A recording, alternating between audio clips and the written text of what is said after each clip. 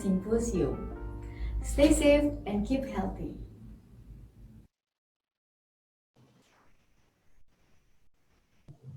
Good afternoon, everyone, and warmest welcome to all of you. My name is Dr. Pitara Pansawira, who will be the MC.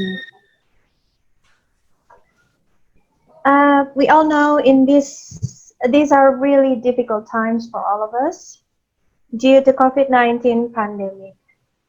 Therefore, we have to adapt with the current situation from meet-to-meet symposium into virtual webinar.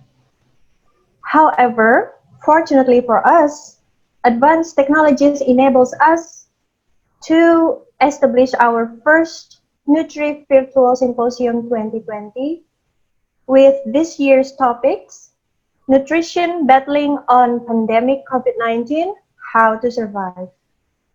Therefore, without further ado, we present to you Nutri Virtual Symposium 2020. And now I would like to invite our dearly beloved Professor Saptawati Bardosono as our moderator for the first session. And as we all know very well, Professor Saptawati Bardosono works as a medical nutritionist professor and an academic staff member in medical faculty of Universitas Indonesia. She is currently very active in research, teaching, and community services related to healthy living promotion. To Professor Saptawati Bardosono, the time and panels are yours. Thank you, Dr. Pitara. Distinguished participants, welcome to the Nutri Virtual Simpo Series 1. Due to the COVID-19 pandemic in Indonesia, as part of the ongoing worldwide pandemic, Indonesian Nutrition Association, INA, as organizer of Annual Nutri Simpo, has an innovation to help the Nutri Simpo 2020 into a Nutri Virtual Simpo. INA tried the very best to provide updated nutrition science as usual by presenting international and national speakers. Please allow me, Saptawati Bardosono, to lead the session that will invite two speakers. The first one is Dian Permatasari, medical doctor, master in nutrition, specialist clinical nutrition physician, who will present about ethics and nutrition safety in patient care during pandemic COVID-19. And the second speaker is Dr. Santiago Herrero, medical doctor, who will present H factor and COVID-19 potential ethical and unethical issues. During the session, if you have any questions, please do ask your question during the session by writing it down in the chat or being asked after all the speakers had presented. Now, I would like to invite Dr. Dian to please start this session for 20 minutes that will be followed by Dr. Santi for another 20 minutes. Please.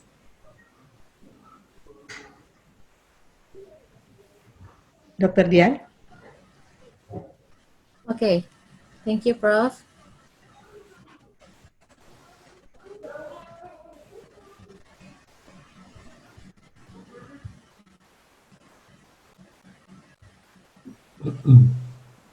Thank you, Professor Tati, for your introduction.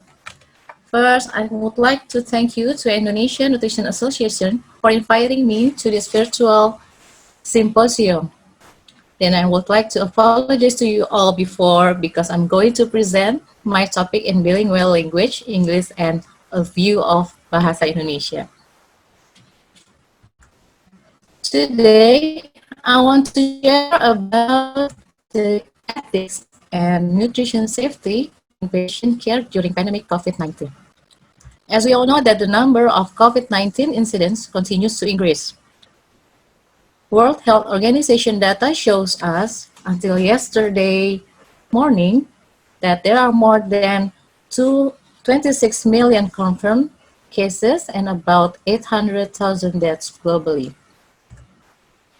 Situations COVID in Indonesia, based on data from Badan Nasional Penanggulangan Bencana or the National Disaster Management Agency until September 3rd, 2020, on 12 p.m., there are 180,000 confirmed cases with about 7,700 deaths and still increasing day by day. What's wrong with us here? When the regulations have been made by the government, such as wearing masks and physical distancing, washing hands, stay at home, and social restrictions. As you can see, here are the situations of COVID-19 in Indonesia. Not everyone wearing a mask, then they are already gathering without using masks, then no physical distancing. There are so many demos or crowded event, and the officer give punishment to people whom not wearing masks on the street. So I think the main problem is they don't have any self-awareness for this COVID-19. The COVID-19 pandemic poses numerous and substantial and ethical challenges to health and healthcare.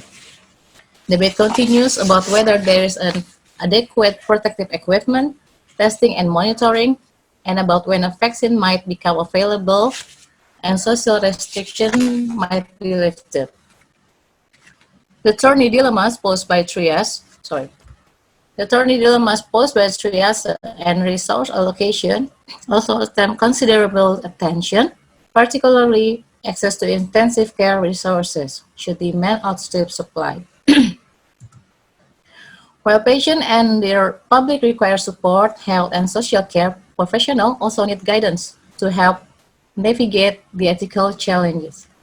But guidance will also be needed to inform decision-making in health and social care within and throughout the countries. As we know that this will not be easy, especially in our country, and the guidance will need to ensure that it heard and heeds the voices of stakeholders, including health and social care professionals, as well as the patients, all of whom might otherwise resent the imposition. The COVID-19 pandemic has presented us with a troubling trichotomy, namely what can be done technologically, what should be done ethically, and what must be done legally. From the technology, mitigation practice with the population and medical components such as personal hygiene, social distancing, personal protective equipment atau APD, sheltering in place, just like stay at home, and possible use of antiviral medication, convalescent plasma, and vaccine. Kemudian from ethically, there's a 4 principle of autonomy, beneficence, non-maleficence, and distributive justice. And from legally, we all know that the criminal and civil penalty for the action during normal circumstances may not be applied during national crisis or emergency. Jadi secara hukum pada saat pandemi seperti ini banyak yang tidak bisa diaplikasikan. Oleh karena itu, pada healthcare profesional, pada tenaga medis, sebaiknya seminimal mungkin dapat mengurangi atau mengurangi resiko-resiko yang mungkin akan terjadi berkaitan dengan hukum dengan menjalankan komunikasi yang baik dengan pasien dan keluarga, serta mendokumentasikan seluruh rekam medis atau seluruh apa yang terjadi pada pasien-pasien COVID ini. I would like to refreshing about the 4 principles of medical ethics. First is the autonomy. The autonomy is when the competent patient has the right to accept or refuse treatment after a full explanation of the risk and benefit of the therapy, including the nutrition support. For example, patient who needs the nasogastric tube insertion need an informed consent. Then the beneficence, to explain the benefit of the treatment, benefit of the nutrition support for the patient, non-maleficence, we think the harm of the patient, we should avoid the harm of the patient, such as patient with nasogastric soup have the full enteral nutrition, but still getting the 3-chamber parenteral nutrition. This has happened in my hospital, and I think it is harm for the patient. And for the justice, the fair and equitable provision for available medical resources for all. So in this COVID-19 situation, especially now, a lot of medical personnel confirmed of COVID-19 and even died. So it will lead the scarce source for the medical resources, sehingga pemerataan atau tenaga-tenaga medis, tersedianya sumber daya untuk tenaga medis menjadi tidak merata akibat adanya atau banyaknya tenaga medis kita yang terkena COVID-19.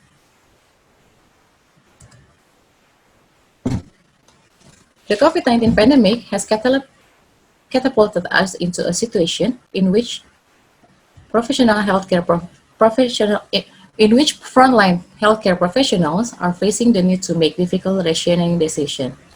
The potential for resource-based decision regarding nutrition support, although not as dramatic as final as ventilator allocation, may be on the horizon. Moreover, healthcare providers themselves may be considered as scarce resources. Ethical dilemmas related to the care of patients in COVID-19 pandemic need to be rapidly addressed by multidisciplinary bioethics committees with the development of policies and procedures to assist providers in making difficult allocation decisions. Policies for rationing scarce resources should apply only during time of scarcity. Here are the examples for the scarcity resources during pandemic. We have limited referral hospital in Indonesia, of course, and also the ICU ward and bed, the use of ventilator and ratios of patient to nurse. Then nutrition support resource scarcity could include the limited enteral formulas, parenteral solutions, feeding tubes, and related supply. So the pandemic situations can lead to scarcity resource. Therefore, we need to triage for allocation. The new example, yesterday, the Jakarta local government has issued the allocation of referral hospital based on the moderate and critically ill COVID patients, non-COVID patients, and also for the surgical and hemodialysis patients.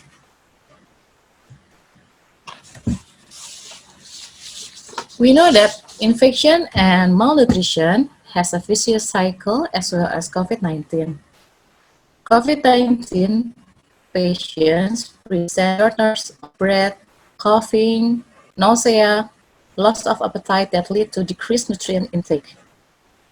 Increased catabolism also happen in this patient, so that will increase the risk of malnutrition. On the other hand, respiratory syndrome of COVID-19 is often accompanied by prolonged immobilization, which can use reduction of muscle function until sarcopenia. And we know that sarcopenia is related to an increased risk of malnutrition and more generally worsening of the quality of life for the patient. And we know that malnutrition will delay healing times and increases hospitalization periods. Here are some journals that explain why COVID-19 increased the risk of malnutrition. Kakialansa et al. Says that almost all patients present at the time of hospitalization had severe inflammatory status and anorexia. Then it has strong reduction in food intake. So Kakialansa et al. Provide an early nutrition supplement protocol for non-critical COVID-19 patients. Halter et al. Says that patients with community-acquired pneumonia shows that 39% of persons admitted to the hospital are malnourished, and their nutritional status may serve as both short and long-term prognostic factor of mortality, especially among the elderly. Yuki et al. And Burke et al. Says that age and pre-existing comorbidities like cardiovascular disease, diabetes, COPD, hypertension, and cancer were found to be linked to higher case fatality rate in COVID-19. The double burden of malnutrition and COVID-19. We all know that obesity worsening the COVID-19 condition, not to mention hypertension, diabetes, high cholesterol, etc., and will increase the risk of morbidity and mortality of COVID-19. So that the nutrition support professionals are pivotal in assessing the patient's overall condition and need for, if any, nutrition interventions. The prevention, diagnosis, and treatment of malnutrition must be regularly included in the management of hospitalized COVID-19 patients. How about the safety of the nutrition support in COVID-19 patients? Given the dangers to healthcare worker through contact with patient infected with COVID-19, nutrition practitioners should be concerned about the nutrition support prescription that require repeated contact with the patient. And increasing the frequency of visits is likely to increase the risk to workers via repeated exposures to infected patients and increased consumption of personal protective equipment. This is what I did at my hospital. We have COVID-19 isolation ward with CCTV in each room. So we can assess the patients through CCTV monitor in the station. Once a week, or if necessary, I visit all the patients to evaluate the nutrition treatment. Tapi kita juga harus berpikir bahwa para perawat harus memikirkan bagaimana perawat-perawat yang menangani pasien-pasien COVID atau yang ada di bangsal COVID itu masuk ke ruang COVID untuk memberikan makanan pasien, sehingga kita harus pastikan supaya tidak bolak-balik. Jadi biasanya kita memberikan terapi nutrisi yang memang sesuai dengan kebutuhan pasien. Apabila pasien-pasien dengan NGT biasanya yang tidak dirawat di ruang isolasi COVID bisa kita berikan sebanyak 6 kali, namun pada pasien COVID bisa kita kurangi pemberiannya hanya sebanyak 4 kali dalam sehari, menyesuaikan dengan jam perawat-perawat masuk ke dalam ruang COVID untuk memberikan obat. Actually, for the personal protective equipment, WHO recommend to use level 2 PPE in COVID isolation ward. But I still use the level 3 PPE to feel more secure and safety.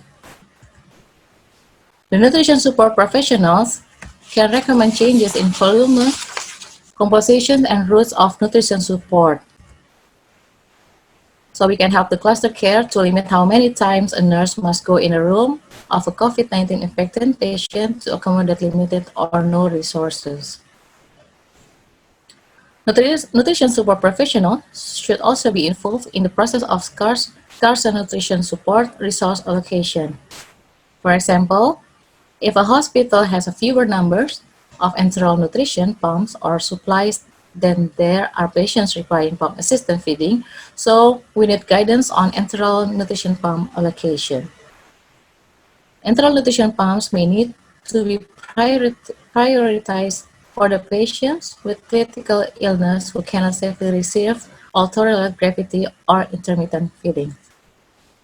Nutrition support professionals should be presented in bioethic committees when nutrition issues arise. Recommendation by the nutrition support professionals or nutrition support team should be guided by the benefit and risks of burden the evaluation. The nutrition support professionals should communicate with peers in other institutions in their communities to reach consensus on protocols, thus adding to strength and uniformity of such approach. Jadi saya memang ada baiknya memang kita sebagai spesialis gizi atau dokter-dokter gizi ini masuk ke dalam tim COVID, sehingga di tim COVID di masing-masing rumah sakit, sehingga kita bisa ikut masuk ke dalam kayak masalah-masalah yang terjadi di pasien, terutama terkait dengan masalah nutrisi. Karena bukan tidak mungkin seperti yang telah dijelaskan tadi, untuk nutrisi pun akan menimbulkan berbagai masalah. So these are the nutrition therapy recommendation we can use for our COVID patients. As you can see, you can take it from the ASPEN, from ESPEN, and etc. Luckily, the nutritional recommendations from the Indonesian Clinical Nutrition Physician Association have been incorporated into COVID-19 guidelines in Indonesia by Ministry of Health and BNPB. So hopefully, by using these recommendations, the safety of nutritional support in COVID-19 patients can be maintained properly. Last, these are the take-home messages I will give to you. So the COVID-19 pandemic is posing unprecedented challenges and threats to patients and healthcare systems worldwide, including ethical issues. Dealing with scarce resources is already a reality and may yet become far worse in areas hardest hit. Nutritional intervention and therapy should be considered as an integral part of the approach to treating COVID-19 patients in the ICU and internal medicine ward settings because of the ICU stays, polymorbidity, and older age are all commonly associated with high risk of malnutrition. Based on previously established and accepted ethical principles and values, several systems for triage have been proposed, including the process of scarce nutrition support resource allocation. Nutrition support clinicians should make appropriate recommendations regarding nutrition intervention based on anticipated benefit, availability of products, cost, and risk to the patient. Thank you. Thank you, Dr. Dian. Now I would like to invite Dr. Santi, please, your time.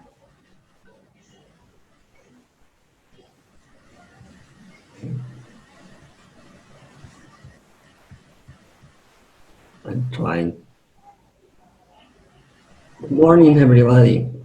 Here in Spain is right now is around 8:21 a.m. So I given the welcome for all participants, and for me it's a very good pleasure to stay here and another year, even in this kind of the situation. So I will try to put this is the presentation. I hope everybody is looking at the presentation. One moment, because I think it's starting. Okay. Thank you very much for the invitation. This is the really hard time for everybody in all countries. I will try to explain well exactly what was going on in my country, in Spain.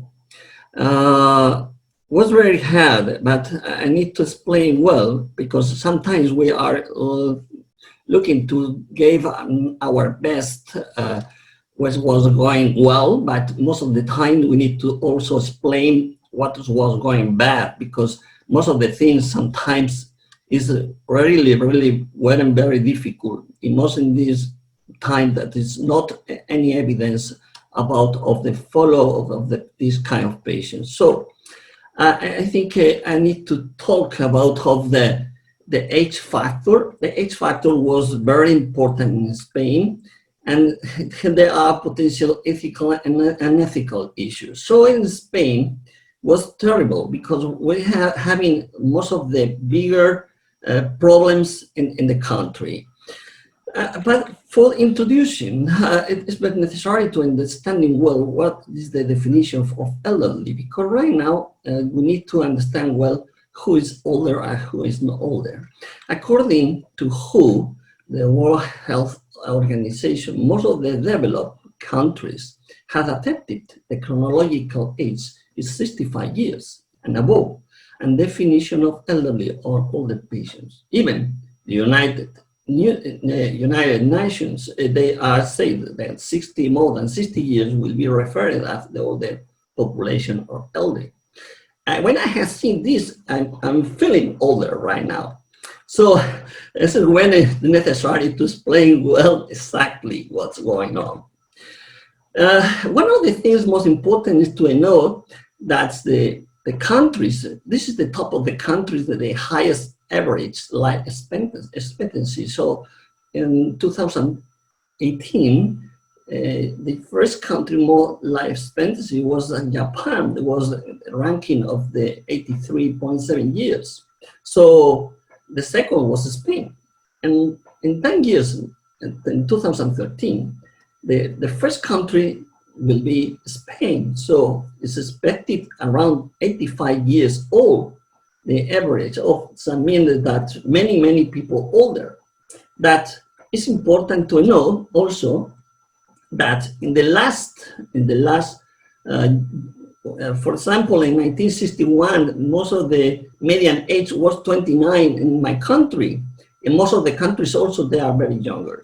But 40 years later, in 2002, the mean age is around 38.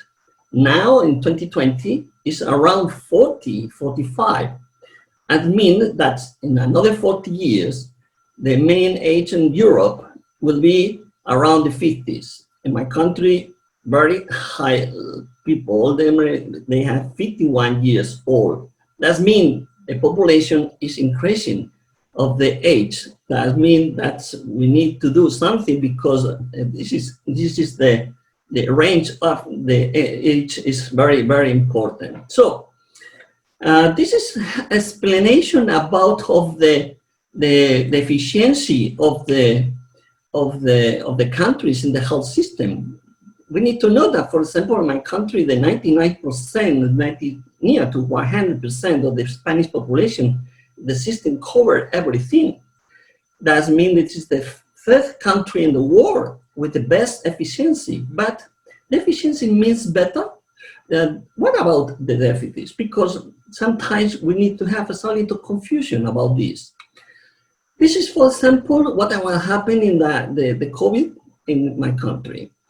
This is the line we need to check. That's the expected and the upper and expected lower people death.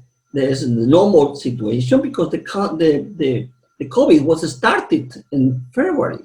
So when it started in February, practically the line is in the red, the mortality, the people, because there was following by the EuroMOMO. The EuroMOMO is the European Monitoring and Mortality. That was rising up about of the 13th of March. This is up, that means that the increase of the mortality about expected. So we have confirmed right now that 168 around 1,000 people, the patients, they are confirmed, so they are infected. But the mortality, the mortality was exactly around of the 168 from the 127. So that means that more than 40,000 people difference. But our country, the government says that only the people die for COVID is 20,000. But this is not real because most of the 14,000 people, this is the difference from the European mortality monitoring. This difference that's not was counted by the government. So we have 14,000 people, more people died. What happened? There are people, they are hiding this data. So we need to know well what was going on. This is the first issues during the COVID was to understand the impact of the COVID-19. The impact was terrible. We know that it's interesting to know what happened. Another is the availability of the ICU beds in Spain. And the comorbidities was an issue, or the 8 factors was determinant. This is some kind of the distributive justice. So it's important to know exactly what's happening in the impact. The impact was, this is a tool to know exactly the impact of the countries in the next flu pandemic. This tool, the Flu Search 2.0, That means that know us given information about of the demand hospital resources during this time. And we have seen that the most likely scenario for in the attack rate around the 25%, this is the middle of the attack rate, because it could be more highest even. More than 190,000, near to 200,000 could be admissions in the hospitals in my country. And finally, the admissions were really, this is the admission for every week.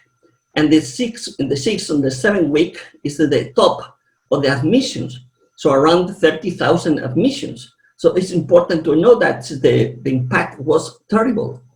So what happened in the ICU? Because in the ICU was also the same. We have seen, for example, that the Spanish health system have 454 hospitals with 132,000 beds. And the crisis even could be increased the whole number of hospitals, because increasing from the hospitals private from the government.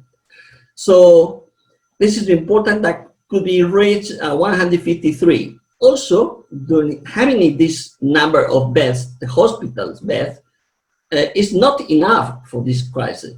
So the ICU also was identified around 4,700 bed ICU in Spain, but they have some different vision, because the different vision is from the government, visions from the societies. They report around 3,600 ICU beds in 2017.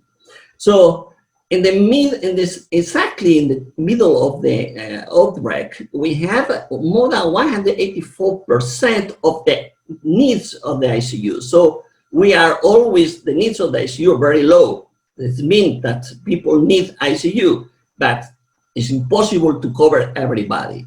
So what's going on? Because it's important to know what's going on. We have seen, for example, this is the time of the outbreak. This is the last time when there's around the 10th of May. We have exactly 250,000 people infected. 74,000 people admissions in Madrid was an impact terrible.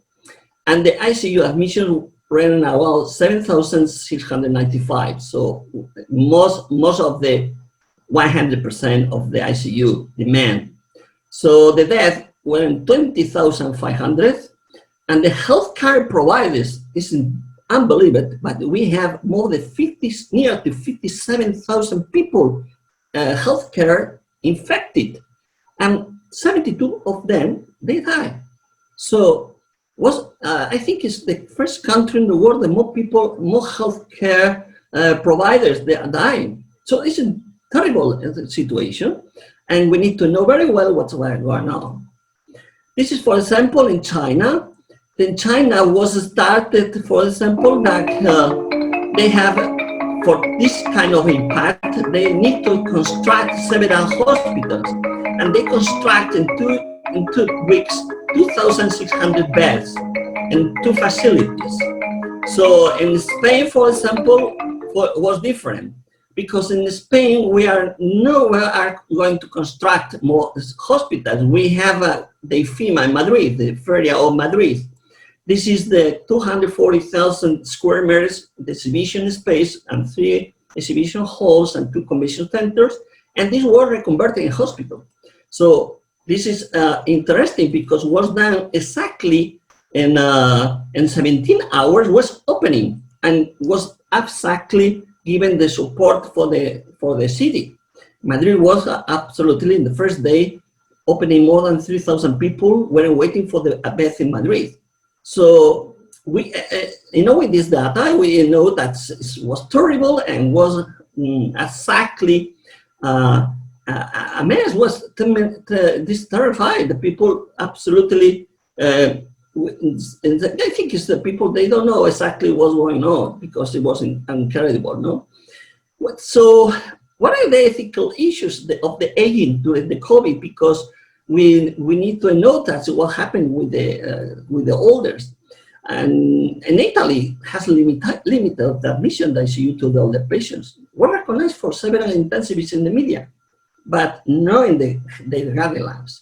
And Spain says it has no limited admission to ICU to the older, but recognized in some hospitals they are employers, they receive internal political orders. Now, nobody wants to get wet in the controversy, but this is, for example, very interesting because this is the record of the medical chief asking his team to save some political orders denying the entry the elderly people. I would like to show you exactly what was happening. This was the strange case, the one who denies admission. If you have a mild illness and deny that admission, transfer home, good luck, and pat on the back. When you deny of admission, patient will be transferred, good God knows where, and the palliative comfort measures because this is a serious disease. So most of the patients, they are between 80, 90 years old, and exactly by all the minister order, they will have to discharge their home or the drain circuit that's enabled. So what happened? Because most of this kind of patients, they are going to the emergency room, saturating very bad. So I believe it that most of these patients, being older, they have a remove of the situation. So I think it's interesting to know that very, very important issue when given during this outbreak. So what is this really what's happened? We have seen, for example, how deadly is the COVID-19 in China. The COVID-19 in China was around of the people older, around the 70 or 79 years, 8%, and most of the 80 years, around 14.8%. Yes, everybody knows that this disease is affecting more of the older people. But what happened in Spain? In Spain was absolutely different because the most of the around 70 or 79 people that they have the lethality was around 14. So near to 6 points different from China. And more older, 21%, 22% is more than 6.6 the different points from China. So in Spain was absolutely a mess because really was having a mortality in this kind of group very high. So this is, for example, exactly about of the people that died. This is the group of the 70 or 79 is near to 5,000, and the group of the 80s, 2,000 near to 13,000. Both is around 19,000. So most of the people practically they died weren't older. But curiously, what this kind of people was admitted in the ICU. From 70 or 79, the group 5 were admitted on the 29%, but the more 80%, 80 years old, this is the group 6, only 374 patients weren't admitted. So only the 5%. What's happening with this, with the others? What's happened? Because no one's they are admitted and they die. So this is interesting to know that some kind of orders were given for not admit these patients in the ICU. For example, our country is now being of the ranking of the 9 of the countries with more cases. The ranking more higher for gross rate mortality is the first one. That means that the rate mortality is very high. Even we need to know that it's important to know because even having the Italy was the countries very, very important affected, but the Ross ranking was in the number 3. Even the ranking fatality is 13, but in our country was 9.15, the fatality rate. So this is important to note, and our country was terrible, most affected country in the world. So this is important to know exactly what's going on. they weren't given some policies because the main of the treat is not individual benefit, but social benefit. They maximize of the number of the lives saved. The elderly patients should be was tried postponed. So when it's coming some older, they postpone because it's older. And this is unbelievable. I think it was a catastrophe because this seems like war, but are assigned to patients with benefit the most, and not by severity, but by recovery years of life. That is the curve that is not flattering because in the middle of the break, and this is the 6 or 7 weeks in the middle of the break, when exactly is not flattening, so they must to be treated only to recoverable patients, not treating the elderly and nursing homes. So where is the people they die? They die not in the hospital, they die in the nursing homes because nowhere in transfer and nowhere in treated in the ICU. So this is political orders. What about the justice beneficiaries? So it's interesting to know that, for example, the guidelines, the main guidelines were given of the intensive care medicine and the critical care medicine, and the surviving services campaign, the guidelines, they no limitations for aging or age issues in the ICU. So what happened in Spain? In the Spain, I think the problem was coming from the government, because a consensus group of experts, the majority belonging to the intensive care medicine service in Spain, and another 21 institutions, including ethical groups, have introduced for first time the criteria of aging and an ethical guideline. Unbelievable. This is the article. This is the recommendation, translated from original in Spanish. This is the most they put of the 80 years, what is the proposal of the treatment, and between 70 and 80 years old. They split in two circumstances, more than 80 years with comorbidities. There are no omission of the mechanical ventilation indication, so no one was going to mechanical ventilation. Most of the treatment they given is high concentration oxygen mask or high flow oxygen therapy using of the high flow nasal cannula. So what happened with the more than 80 years without comorbidities? They need prefer to high concentration oxygen even with high flow nasal cannula. But the indication for mechanical ventilation will be assessed very carefully by ethical team. Who in the country have an ethical team to decide in exactly doing the trials?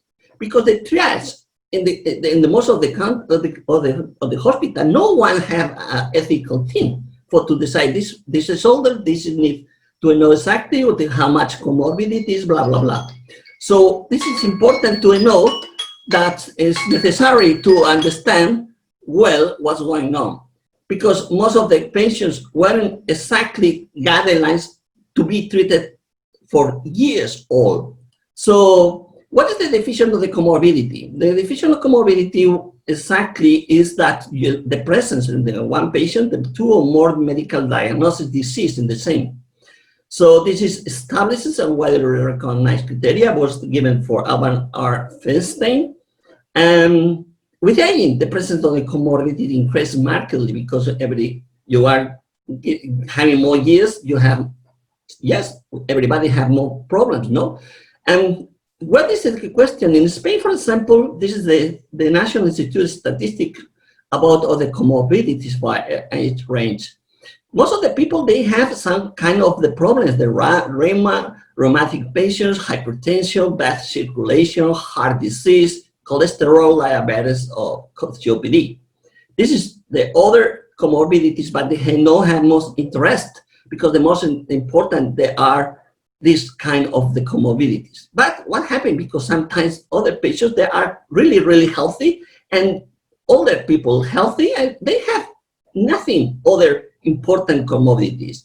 This is important to know very well that what is the difference? For example, this is a male 45 years old with all myocardial fat, low ejection fraction, lower than 40%. He has a hypertension, diabetes type 1, COPD, and arteriosclerosis. And this is my father. This is my father. He has 88 years old. He has diabetes and hypertension. So who's first in the ICU? This is important to know very well. That's practically in the time of the triage. The one who comes first is the first. The more youngest, maybe. The one with have less comorbidities. So as important to know exactly the one who is sickest. What we are doing? What is the question here? But I think it's very clear that was having trouble during the time of the triage. So most of the people who were admitted were younger. Only 374 people were admitted in the ICU during the more difficult time in the outbreak in Spain. So it's unethical limiting of the admission of the elderly in the ICU? Seems yes, but it's unethical. Yes, of course, it is, because it's unethical. For my opinion, really it's unethical. No one for be older is unethical, because most of the people, for example, in 80 years old, that they have a renal failure. Many older people, they are going to take, for example, a transplant of the kidney transplantation. So because the elderly, every time his life is much better, they're improving. They know our burden. They know that they are rather than an asset, because it's important to know that the people older, we are going to be older more and more time. So what happened when there is coming some issues in this kind of the problems in the outbreak. So for example, in China, the aging population is a major threat now in the future. And another thing, older people should know to be considered exactly by a burden, but yes, rather than an asset, because it's important, it's necessary. And we know that before they only have past and present, but today in the addition they have a future. They have also future. So this is the take-home issues. The admission for patients older, more than 80 years in the Spanish ICU has been a extremely low proportion comparing with other groups treated. And considering that during the COVID-19, specific performance is required for medical care and evaluation, the concept older or elderly is underrated. And the lack of deficit resources, even in the midst of the epidemic crisis, does not justify potential discriminatory interventions based on age or disability. Denial of admission of patient is really an ethical objectionality, because it's important. So during the increased life expectancy, an inadequate classification of all the patients is subpopulation. This is a possible subpopulations. You can see the younger, the more teens and adult younger, active adult, people around 30 to 49, active younger old, and retired younger old, the people around 70 to 79, retired elderly, most than 80 years, and all patients are non-generic patients. But this is important to know that most of them, even there are some active, and many people is active and even mentally and physically with this range old, and they have a medical assistance. So we need to know well that the elderly is the new power, because we are going more older in the future, and older the countries, the main average everyone. So we have seen, for example, this is the happy age groups. It is all newborns, even of the doctor is very newborns, but some of the older is me, because much younger is the Dr. Lucy and the senior Dr. Baron. So what happened in the future? We need to be careful in this issue, because really everybody is necessary to have a very clear definition of ICU for older people. And that's all. Thank you very much. Thank you very much. If you have any question, we can talk now. Thank you. Thank you, Dr. Dian and Dr. Santi, for your sharing on the current situation, including age factor and ethical issue related to the COVID-19 and the benefits and safety of nutrition support or intervention. And now for the question and answer session, I would like to invite a question from the participants. I believe we have one comment that I would like you, Dr. Santi and Dr. Dian, also to respond to this comment. The comment is from Sugito Wonodirekso. The comment is, the only ethical approach to COVID-19 patient is to ensure that the nutritional, enteral, and parenterally, since until now, no medicine or vaccines available. So how is it, Dr. Dian and Dr. Santi, for this comment? Would you like to respond? Okay, thank you, Prof. I will like answer to bahasa. Jadi ya, memang selama ini terapi-terapi yang diberikan pada pasien-pasien COVID-19 untuk pengobatan-pengobatannya adalah based on pengalaman, jadi experience dari dokter-dokter di Cina, kasus-kasus yang ada di Cina. Jadi kita mengadaptasi dari situ. Untuk nutrisi sendiri, saya sangat setuju memang, karena memang terapi nutrisi yang adekuat pada pasien-pasien COVID dengan dilakukan screening yang untuk malnutrisi yang baik, tentunya akan memberikan hasil yang baik juga untuk para pasien-pasien COVID ini. Jadi memang untuk pemberian dukungan nutrisi yang adekuat pada pasien COVID memang sangat diperlukan. Gitu, Prof. Okay, thank you, Dr. Dian. So, Dr. Santi, Dr. Dian agree with the comment of Sugito Wonodirekso. How about your comment, please? Also, I think of the older people that might affected in this outbreak, and think the special needs for nutrition, because not only for to being older, it's necessary to understand well that most of the people they have some disability, so they have problems to reach all the necessary nutrition. So when it's important that know well that they need to be carefully and treat well all. Most of the people exactly need to be treated correctly, and no one should be starting late. This is for the same thing for the older and younger.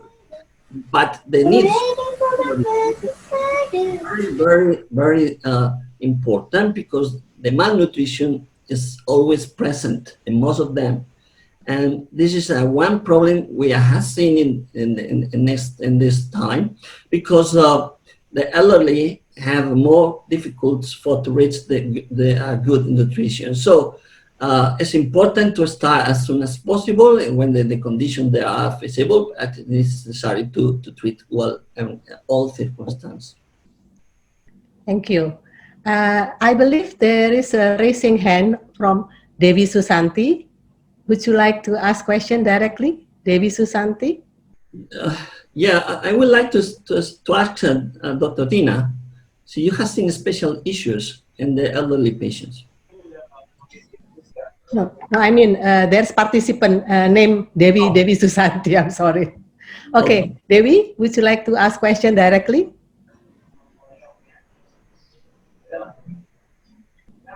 Is there, Devi?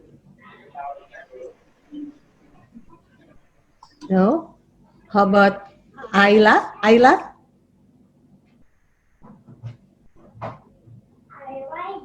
Okay. Devi Susanti, would you like to ask question? Yes, I have seen one question very important. No. Sorry. This question from Devi. Would you unmute Dewi?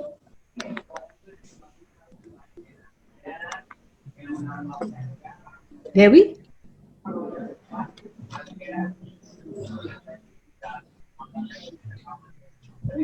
I cannot hear.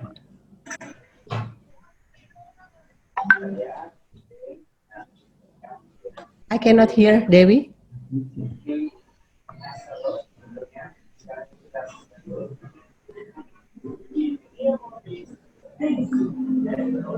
Maybe we should move on. Sorry, Professor. Yeah, I cannot hear anything. So while waiting for Dewi, I would like to ask question to both of you, Dr. Dian and Dr. Santi. Why there are so many healthcare professionals died by COVID-19, both in Indonesia and also globally? Okay, I don't know what's going on in Indonesia, but in Spain, we are talking around 57,000 healthcare providers. They are having problems and they have infections related to the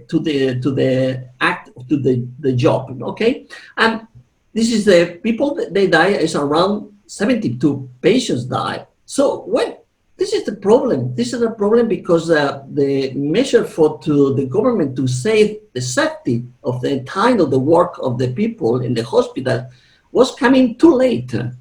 This is one of the reasons that the weren't well protected during the COVID time and the outbreak, because most of the time they no wearing mask. They were wearing some kind of mask because there was a deficit of the mask and also the PPE. Also, sometimes it is another problem.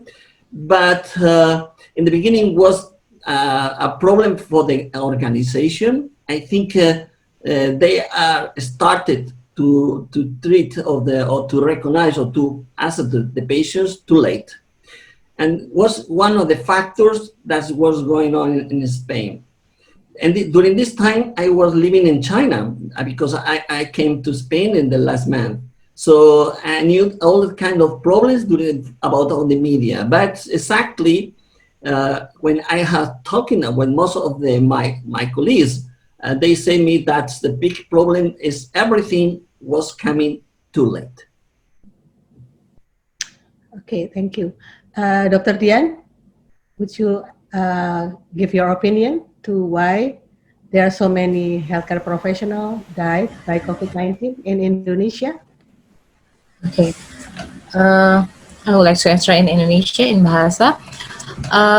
Saya pikir karena di Indonesia terjadinya COVID pandemi ini memang sangat cukup luas. Nah, kemudian pada pandemi ini terjadi kelangkaan dari sumber daya alam atau yang tadi scarce resources, sedangkan pasiennya makin lama makin tambah banyak. Contohnya begini, banyak perawat-perawat satu rumah sakit yang tadinya tidak ada bangsal isolasi COVID atau bangsal isolasi yang khusus, mau nggak mau banyak perawat-perawat dari bagian lain yang akan masuk ke dalam bertugas di dalam ruang isolasi COVID itu, otomatis sumber daya manusia yang lain menjadi berkurang. Nah, kemudian setelah masuk di situ, jam kerja atau shiftnya mereka bahkan bisa lebih karena sumber daya yang kurang.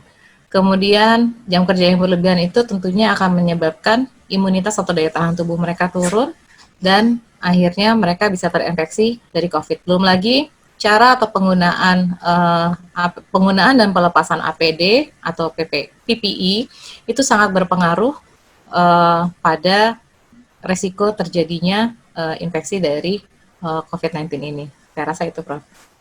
Yeah, I think it's very tragic, yeah.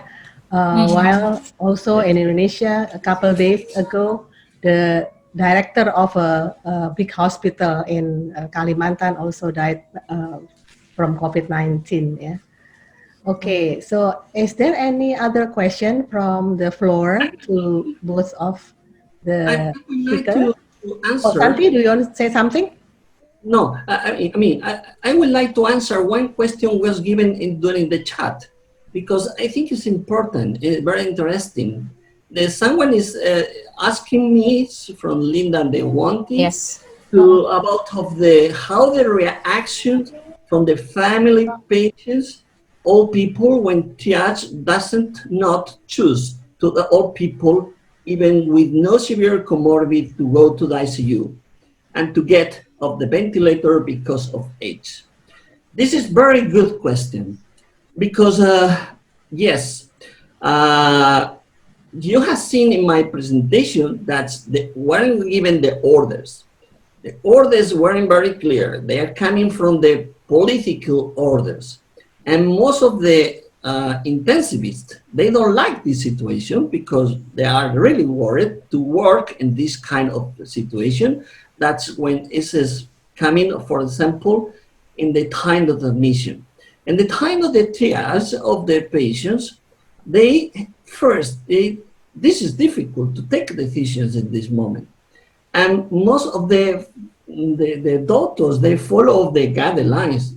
Yes, but the guidelines, they say, be careful, look at, you have some advice about of the ethical team. No one have ethical teams. Most of the doctors, they need to take decisions by themselves. So the problem is important to know that the family, when you say, okay, this man would be not possible to reach the hospital, the ICU, because the family were really angry. And this is the big problem. But you know that only they get in the ICU, very few people.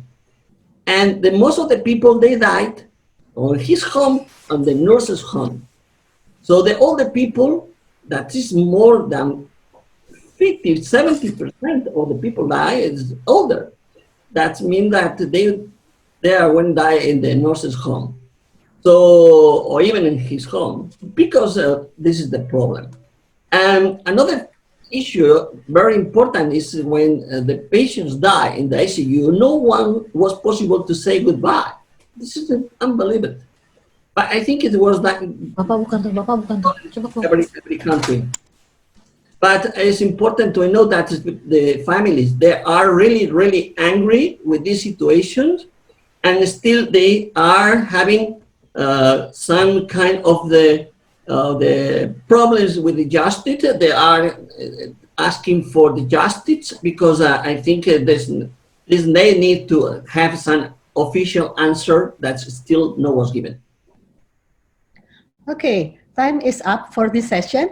I would like to appreciate all speakers for the interesting and beneficial presentation, and also thank you for all participants for being in this session.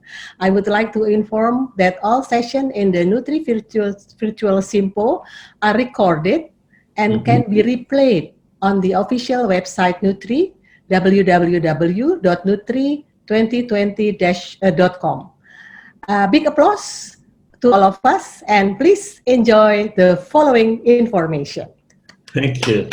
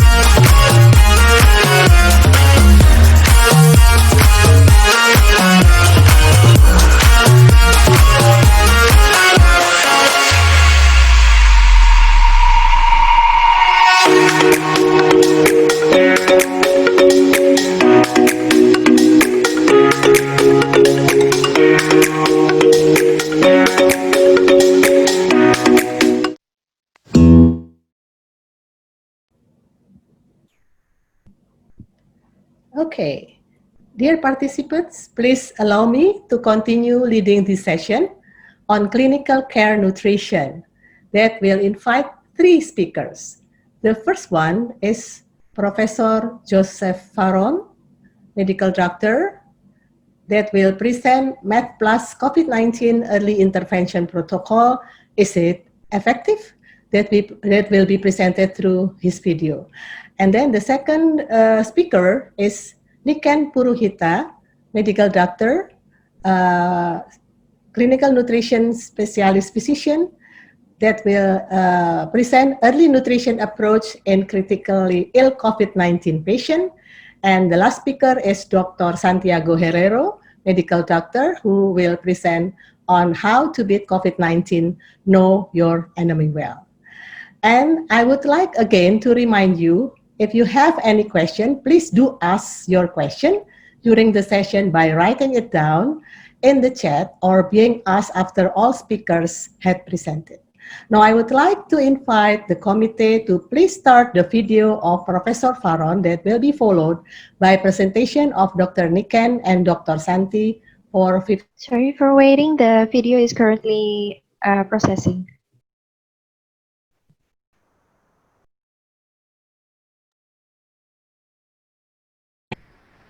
Hello, everybody.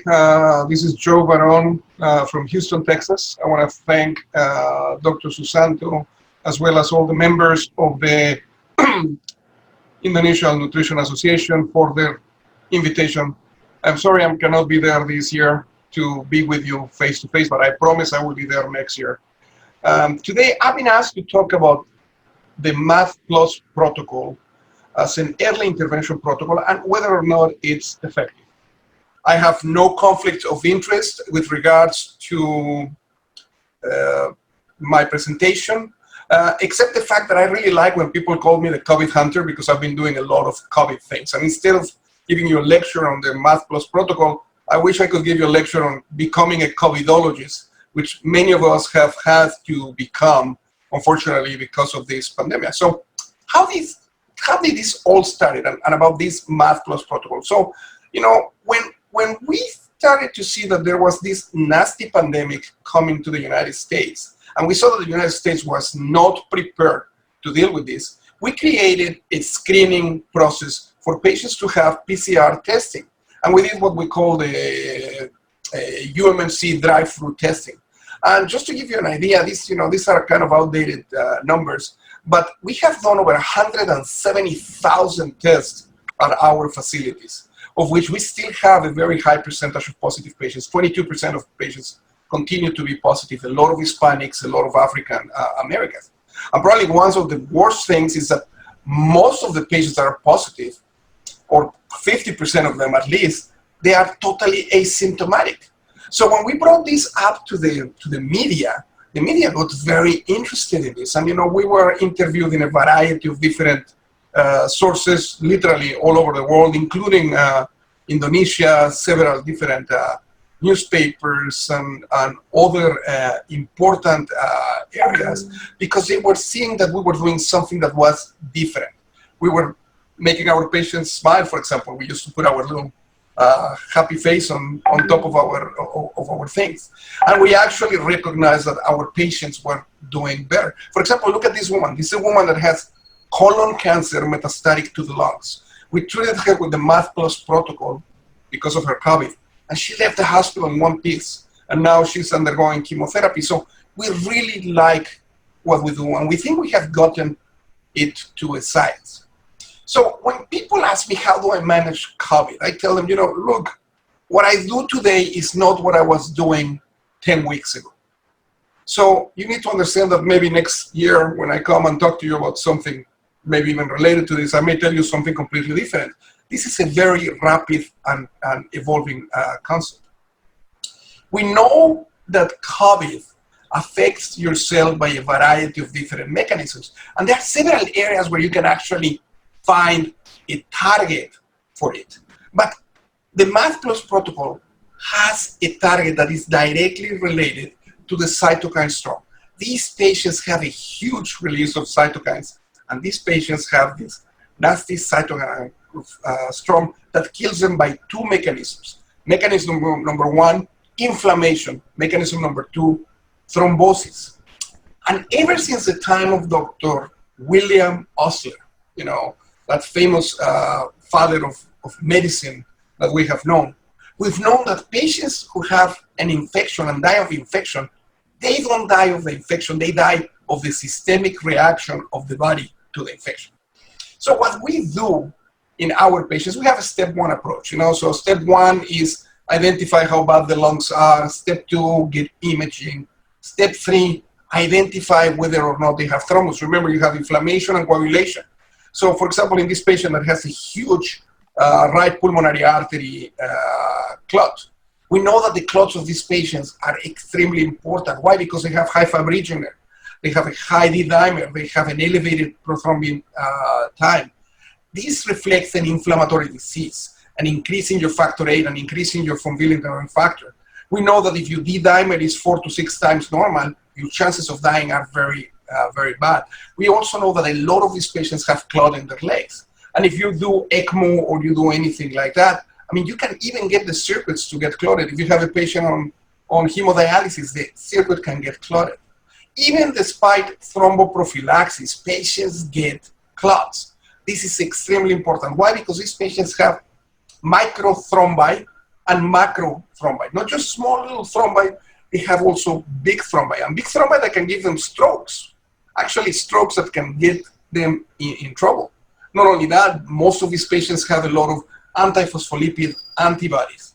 And for that reason, anticoagulation was an integral part of what we do. So we came to recognize that there were interventions that were of proven value, like what we do. There were interventions that needed to be determined, and I'm sure that you guys have a lot of those, you know, dealing with the hydroxychloroquine and some other medications, and then some useless interventions, you know, that you all have seen. And we decided that we were going to create the MATH Plus protocol. The MATH Plus protocol is a protocol that was created by 5 of us, by Dr. Paul Marik, Dr. Jose Iglesias, Dr. Pierre Corey, Dr. Humberto Meduri, and myself. And Dr. Marik and I, we were talking about, you know, all the vitamin C that we were giving to our patients with sepsis and what was going on with them. And when we started having these patients, we said, what would happen if we use the same protocol in our patients? And we started to see improvement, but then we said, you know what, why are we using one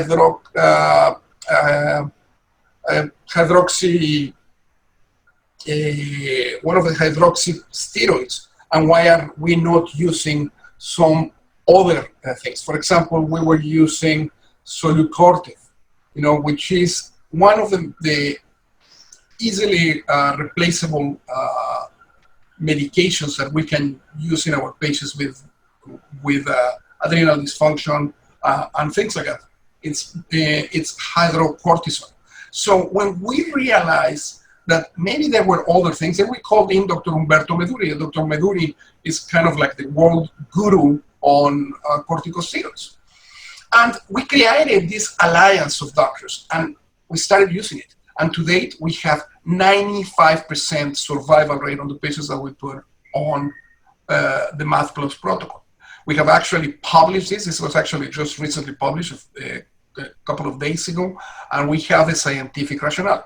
Why does MATH Plus work? And I will tell you what MATH Plus stands for. So first of all, we know that patients that have COVID, they go through a different number of phases in the treatment algorithm that needs to be followed very, very closely. We know that the pulmonary phase is characterized by an organizing pneumonia, a lot of inflammation, and that activation of the clotting factor. So instead of us acting against the virus, we're acting against the end consequences of this illness. So we no longer believe that supportive treatment is enough for COVID. We know that we have a therapeutic intervention that we actually can make a difference in our patients. So how does this work? Well, as I told you, one of the things that we were working with Dr. Marik and I was a lot of vitamin C, and you guys are a nutritional society, so I'm sure that you are quite familiar with all the good stuff about ascorbic acid. And if not, just go back to my lectures from the last couple of years where I have talked about this. But the MATH Plus protocol includes methylprednisolone, that's the M, ascorbic acid or vitamin C, thiamine, and heparin. So let's talk about each one of them on the next few minutes that we have. So methylprednisolone. Methylprednisolone, we give it 80 milligram as a loading dose, and then we follow that by 40 milligrams every 12 hours. Its use has been shown to reduce the use of mechanical ventilation, decreases the transfers to the ICU, and also decreases the progression of pulmonary hyperinflation. These are different dosing that we use on the basis of how bad the hypoxemia is on the patient.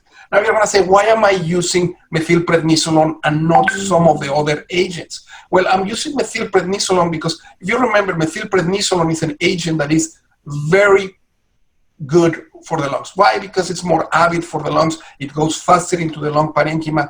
But if you look at some of the other illnesses where you guys use corticosteroids, for example, patients with acute exacerbations of chronic obstructive lung disease or asthma, what you are using on these patients is mostly methylprednisolone. But more importantly, if you do genetic studies, especially about inflammatory genes, if you have an inflammatory gene related to COVID, and you give a variety of different corticosteroids, methylprednisolone will turn off that inflammatory gene, and it works like a charm. So that's why we use methylprednisolone. Okay. The second part of the MAD protocol is ascorbic acid. As I have said in prior lectures in the past at the Indonesian Nutrition Association, ascorbic acid, in this particular case, we give 3 grams intravenously every 6 hours. We know it's a great antioxidant. We know it prevents the accumulation of neutrophils in the lungs. So that's actually something that we want to do. If not, patients get very sick. And again, we started all of this out of a study by Dr. Paul Marik showing that hydrocortisone, vitamin C, and thiamine work. And I know there's been some controversy. There have been a couple of poorly designed studies that have not shown this effect, but in our experience, it works. Ascorbic acid is an essential vitamin for humans. We don't produce ascorbic acid. It's a free radical scavenger. It is absorbed in the intestine, and we normally have it in concentrations of 40 to 60 micromoles. Now, it is transported into the cells fairly easy, but the problem is that we don't produce it. All mammals, except primates and guinea pigs, increase their synthesis of vitamin C upon having stress. In your critically ill patients, you're going to see low levels. Why? Because they have more oxidative stress, they have decreasing intestinal absorption, and they have urinary losses. Indeed, a good number of patients with sepsis have levels below 11.3, which are levels consistent with scurvy. A goat, for example, a 70-kilo goat synthesizes 2 to 4 grams of vitamin C a day. Now, you cannot give it by mouth. If you give it by mouth, you are not going to reach those serum levels that you need. You need to give it intravenously, and you need to give it fast. So we give it relatively fast. We also know that there is a synergism between glucocorticoids and vitamin C. The use of vitamin C in and by itself has been shown to improve sepsis, improve sepsis-induced multiple organ dysfunction syndrome, and it does so by preventing cellular immunosuppression. The second component of the third component of the MAD Plus protocol is thiamine.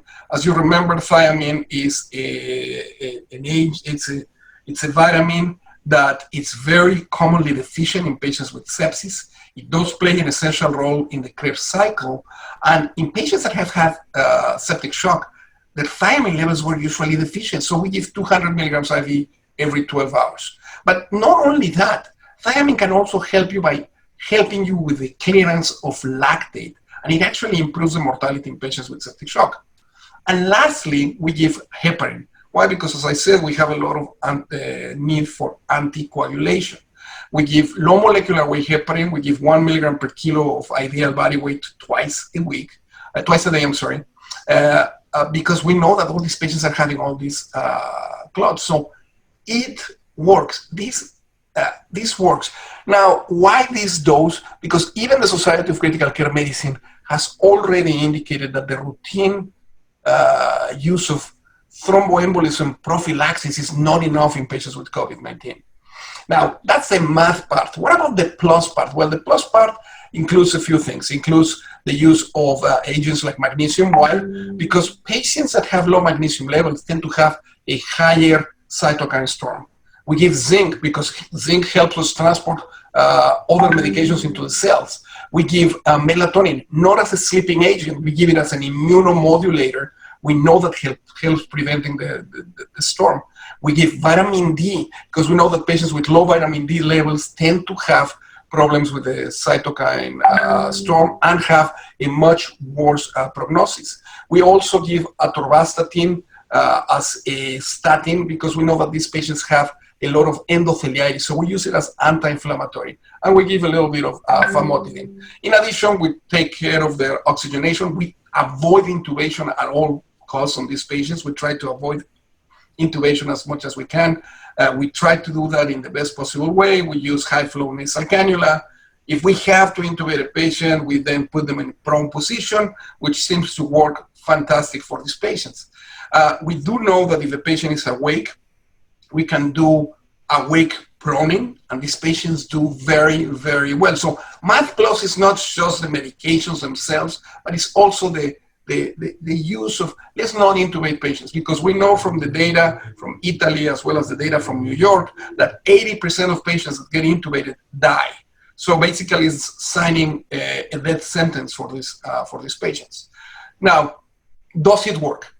Yes, it works. This is an example of a 40-year-old man who has a computer tomography. In the computer tomography, you guys can see these ground glass opacities, which 1 week after started on the MAD Plus protocol, look at the resolution, all that inflammation that this patient has. Or this 69-year-old woman that, again, has very similar things that eventually she gets much better. Or this 61-year-old guy that after a week, his X-ray looks better, despite the fact that he does have some areas that are, as you can see, quite white. That's probably just fibrosis because he came to us late. But probably the best of these cases is this case, the case of the 23-year-old woman that came to us. And as you can see, she came in with almost no lungs. And 1 week after using the MAD protocol, without question about it, she had improved dramatically. We know that the MAD protocol works. We know that it controls inflammation, controls excessive clotting. If you need specific information regarding the MAD Plus protocol, go to our website at www.covid19criticalcare.com. We have translated it into many languages so you can actually give it to your friends that may not be fluent in English. We believe that this is a protocol that can save lives. Dr. Paul Marik would say, people are dying needlessly from COVID-19. This protocol saves life. This is a protocol that is inexpensive. You guys access it very nicely, and it's not difficult to implement and has minimal side effects. So there is no reason why we should not use it. Lastly, just to keep a little joke and a little humor in your life, let's just be safe. Look at some of the masks that we have seen here in the United States, some of the things that people are doing. But if you guys have any questions, I'm always available. Just send me a Facebook request. I'll be happy to add you as my friend. And I am constantly updating people on the management of patients with COVID, and in particular of the MAD Plus protocol. I want to thank one more time the Society for inviting me to present, and I promise that next year I will come to Indonesia. Let's hope that this nightmare finishes once for all. Thank you very much, and I look forward to seeing you next year. Thank you. Okay, that's the lecture from Professor Joe Varon. And now I would like to invite Dr. Niken. Please continue for your presentation. Thank you, Professor Tati. Thank you, Indonesian Nutrition Association, for this opportunity. Good morning, Dr. Santi. Good morning there, and hello, everybody. Thank you for attending the seminar. Let me start the screen now.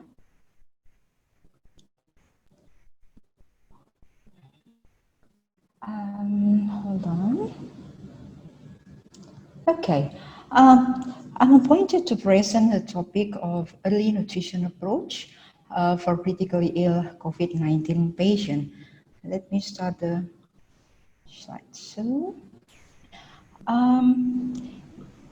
as you all have been aware that in ASPEN guideline, there is enterally or orally early feeding for patient in the ICU for the first couple of days. And this we will talk about the early nutrition in the beginning of their stay in the hospital or in the ICU. When we talk about early, it refers to feeding within 24 to 48 hours from ICU admission or initiation of mechanical ventilation. Others cutoff is 24 to 36 hours, but more or less the same. That is the maximum of 48 hours of ICU stay or mechanical ventilation. So why would we need to be early feeding? This article by Placer and Berger had the answer. If you look at the left graph, you can see that critically ill patients behave differently with a healthy person. Look at this insulin, they have remarkably increase of insulin, they have increase of gluconeogenesis, increase of basal energy expenditure, increase of protein catabolism, lipolysis, and so on the 24th hour, and so on. While the plot here is the normal or healthy person, and the line here is the normal one. If we translate it to the nutrition therapy, then we can see that we can start early enteral nutrition and progressively increase to the target. Supplemental parenteral nutrition can be delivered after 5 or 7 days of ICU admission. But what if the patient is hemodynamically unstable? Some of them are on vasopressor. If you look at the title of 2 articles here, it looks like they are in contrary. But if you look at inside, actually those 2 articles are supporting each other. While Dr. Yassin Arabi mentioned about postponing or holding the enteral nutrition in some condition, he also mentioned to start enteral nutrition at low rate when the dose of vasopressor agent is lower. Professor Paul Wismeyer, I think, put more detail on the doses of vasopressor, and he mentioned about when to start, when to advance, and what to consider if there is something wrong with intolerance of gastrointestinal. Why we need to see the type of vasopressor then? As you look at here, different type of vasopressor leads to different effect to the gastrointestinal circulation. Dopamine, dopamine, norepinephrine, etc. Have different effect with epinephrine and vasopressin. So you'll have to look at the type of vasopressor used in these cases. When we look at this publication in 2003, you can see that even though the positive and expiratory pressure of PEEP decrease the flows in hepatosplanchnic perfusion, but when you give a patient in enteral nutrition for 40 mL per hour, you can see there is postprandial hyperemia after 2 hours of infusion. So these 2 graphs, I think we can quite happy to see if we give them enteral nutrition, there will be more blood flow to hepatosplanchnic area. So you have to be happy to give them early nutrition. So what are the choice of route or available? If you find a patient, your patient in the ICU with COVID, sometimes they came with nasal cannula, so you can still always give them food orally, but the texture and consistency have to be adjusted. The challenge for our patient in Indonesia is most of them are hungry and they demand for rice. Just information for Dr. Santi, Indonesian loves rice very much. They are quite upset when they don't have rice a day, and our patient was so angry if we do not give them rice. So we have to discuss it with them that we cannot give them full rice because they are so dyspneic, and we have to change the texture or consistency. Some of our patients in non-invasive ventilation, but the oral nutrition is often inadequate because they have to open the mouth all the time, and that reduces the saturation of oxygen. The placement of feeding tube is sometimes put them into trouble as well. So in this condition, supplemental parenteral nutrition is beneficial. When they go to ventilated, then we have to look at this hemodynamic again, whether they have hemodynamic instability, uncontrolled shock, hypoxemia, and so on, where we have to hold the enteral nutrition. Well, we can start low-dose enteral nutrition afterwards when the shock is controlled and the hypoxemia and stable. And is 48 hours is favorable. If we start 48 hours, we can see this publication in 2019. Although the effect of mortality is not different, but you can see that effect for infectious complication, for overall complication, and on pneumonia is favorable. What if we start with 24 hours in the ICU admission? Look at this mortality, it's the same as the 48-hour start, but you can see that in pneumonia and hospital stay, the early enteral nutrition is preferable. So this is our patient, This is our patient. We start on day 1, almost 90%, and on day 2, a small portion of our patient, and the other is on the day 3. Some of them cannot start very early because the hemodynamic is not stable. Is there any complication if we start early nutrition? As you look at in this 2018 publication by Rainier, you can see that people in enteral group have some complication, GI complication like vomiting, diarrhea, and so on. So if the enteral route is failed due to dissociability or sedatives or broad positioning in some centers, or maybe the effect of SARS-CoV-2, the proposed corrective measure will be prokinetics, reduce enteral feeding rate, use semi-elemental formula, and maybe parenteral nutrition. In parenteral nutrition, we give them quite early. As soon as both patients have GI intolerance, high nutrition risk, or they already malnourished, expected prolonged intensive care length of stay, or use the NIV, then we can give them parenteral nutrition. But in low-risk patients, we have to delay parenteral nutrition for 5 to 7 days. The publication by Stachowska in Medicina 2020 actually guide us more detail whether diet and nutrition education is enough, whether we have to add ONS, whether we have to change the total enteral nutrition, adding parenteral nutrition, and so on. You have to look at it. It's a very nice publication.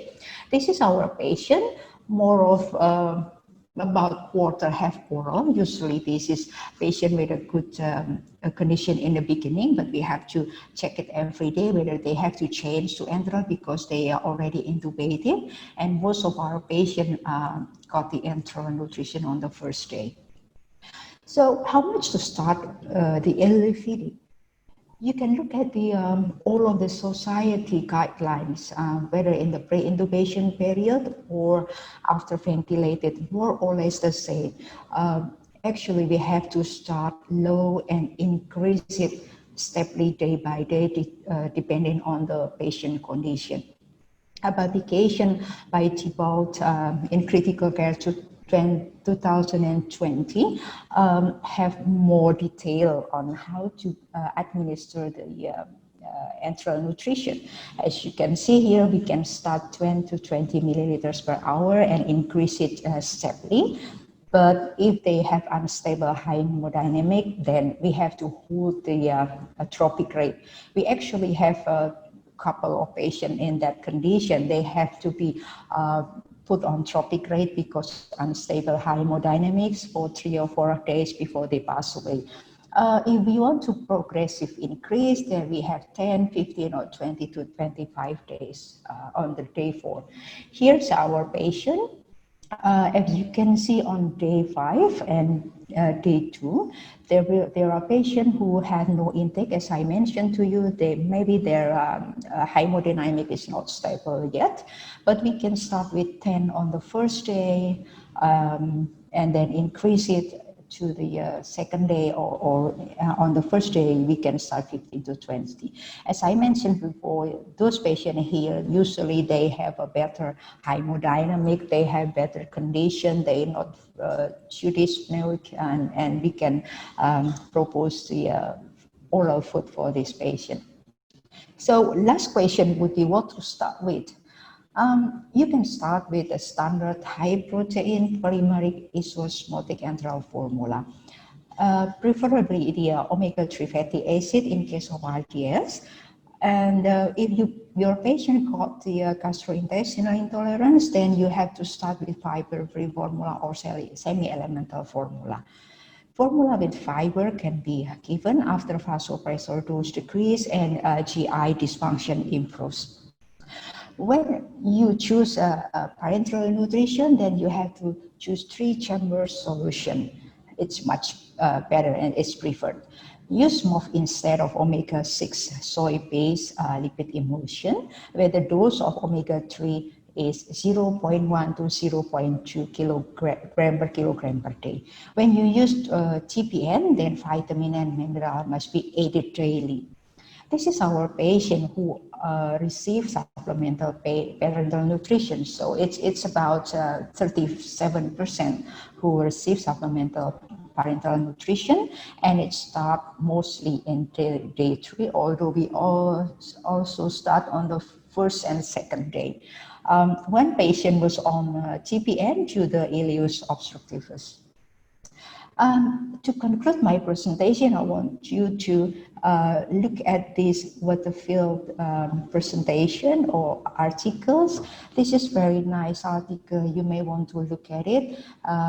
It has an energy target on the day 1 and until day 4, and then there is a choice of enteral nutrition and parenteral nutrition. Also, it says how to see or monitor whether they have good intolerance and how to progressively increase the enteral nutrition and etc. I think that's all my presentation. Hope you enjoy my presentation. Thank you. Thank you, Dr. Niken. Dr. Santi, please continue.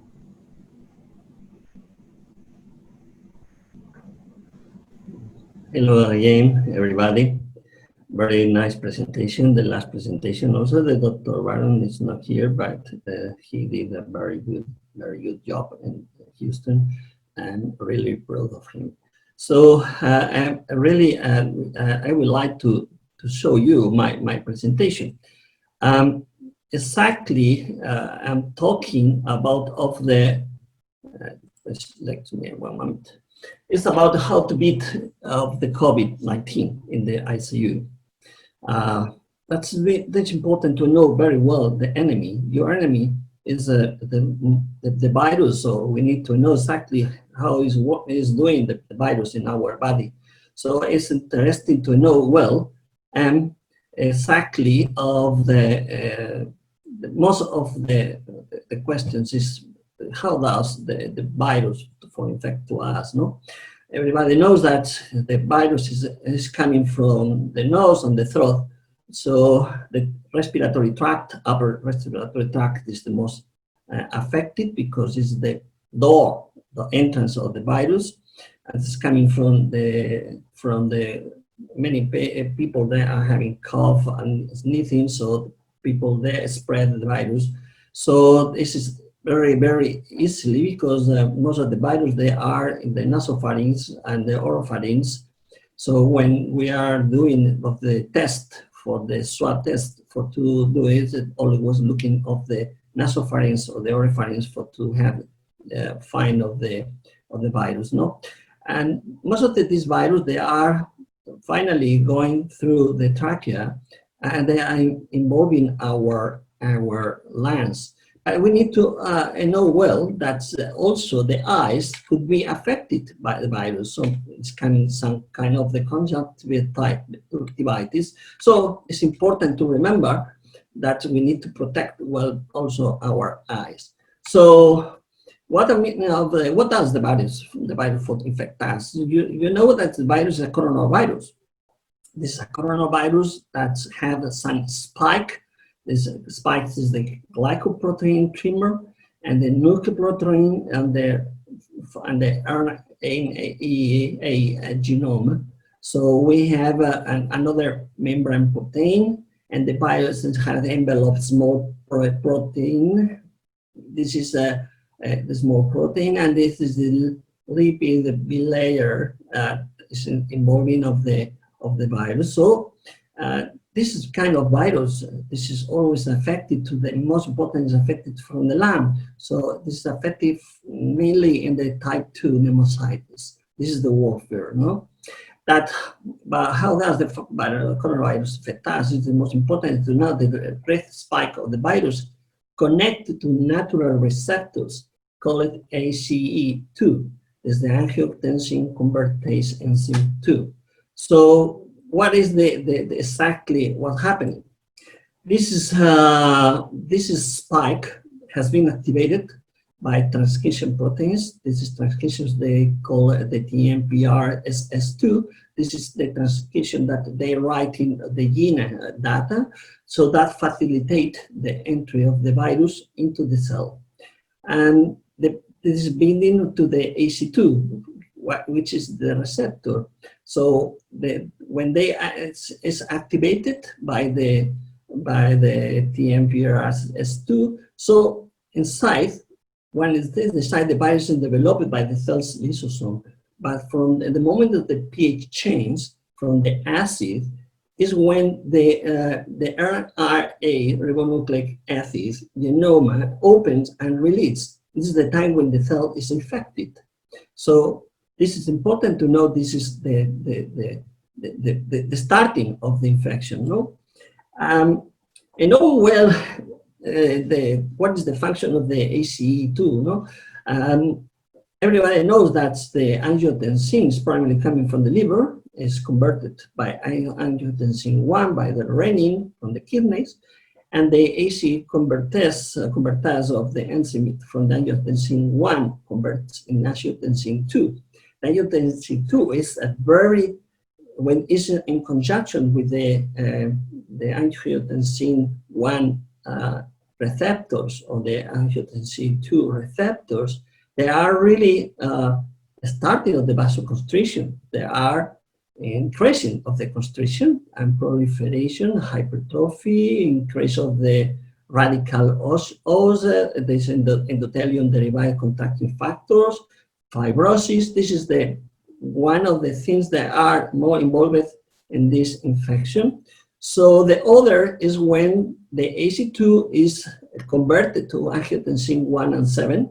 That is the receptor for this angiotensin. That means that is trying to put the hypotension and vasodilation. You have seen that this is a balance about of the hypertension and hypotension and vasoconstriction and vasodilation could be explained that our body is staying well. That's because they need to fight this change, because it's important to know exactly that's what's happening, and for this change of the level of the angiotensin 1 or the angiotensin 1-7.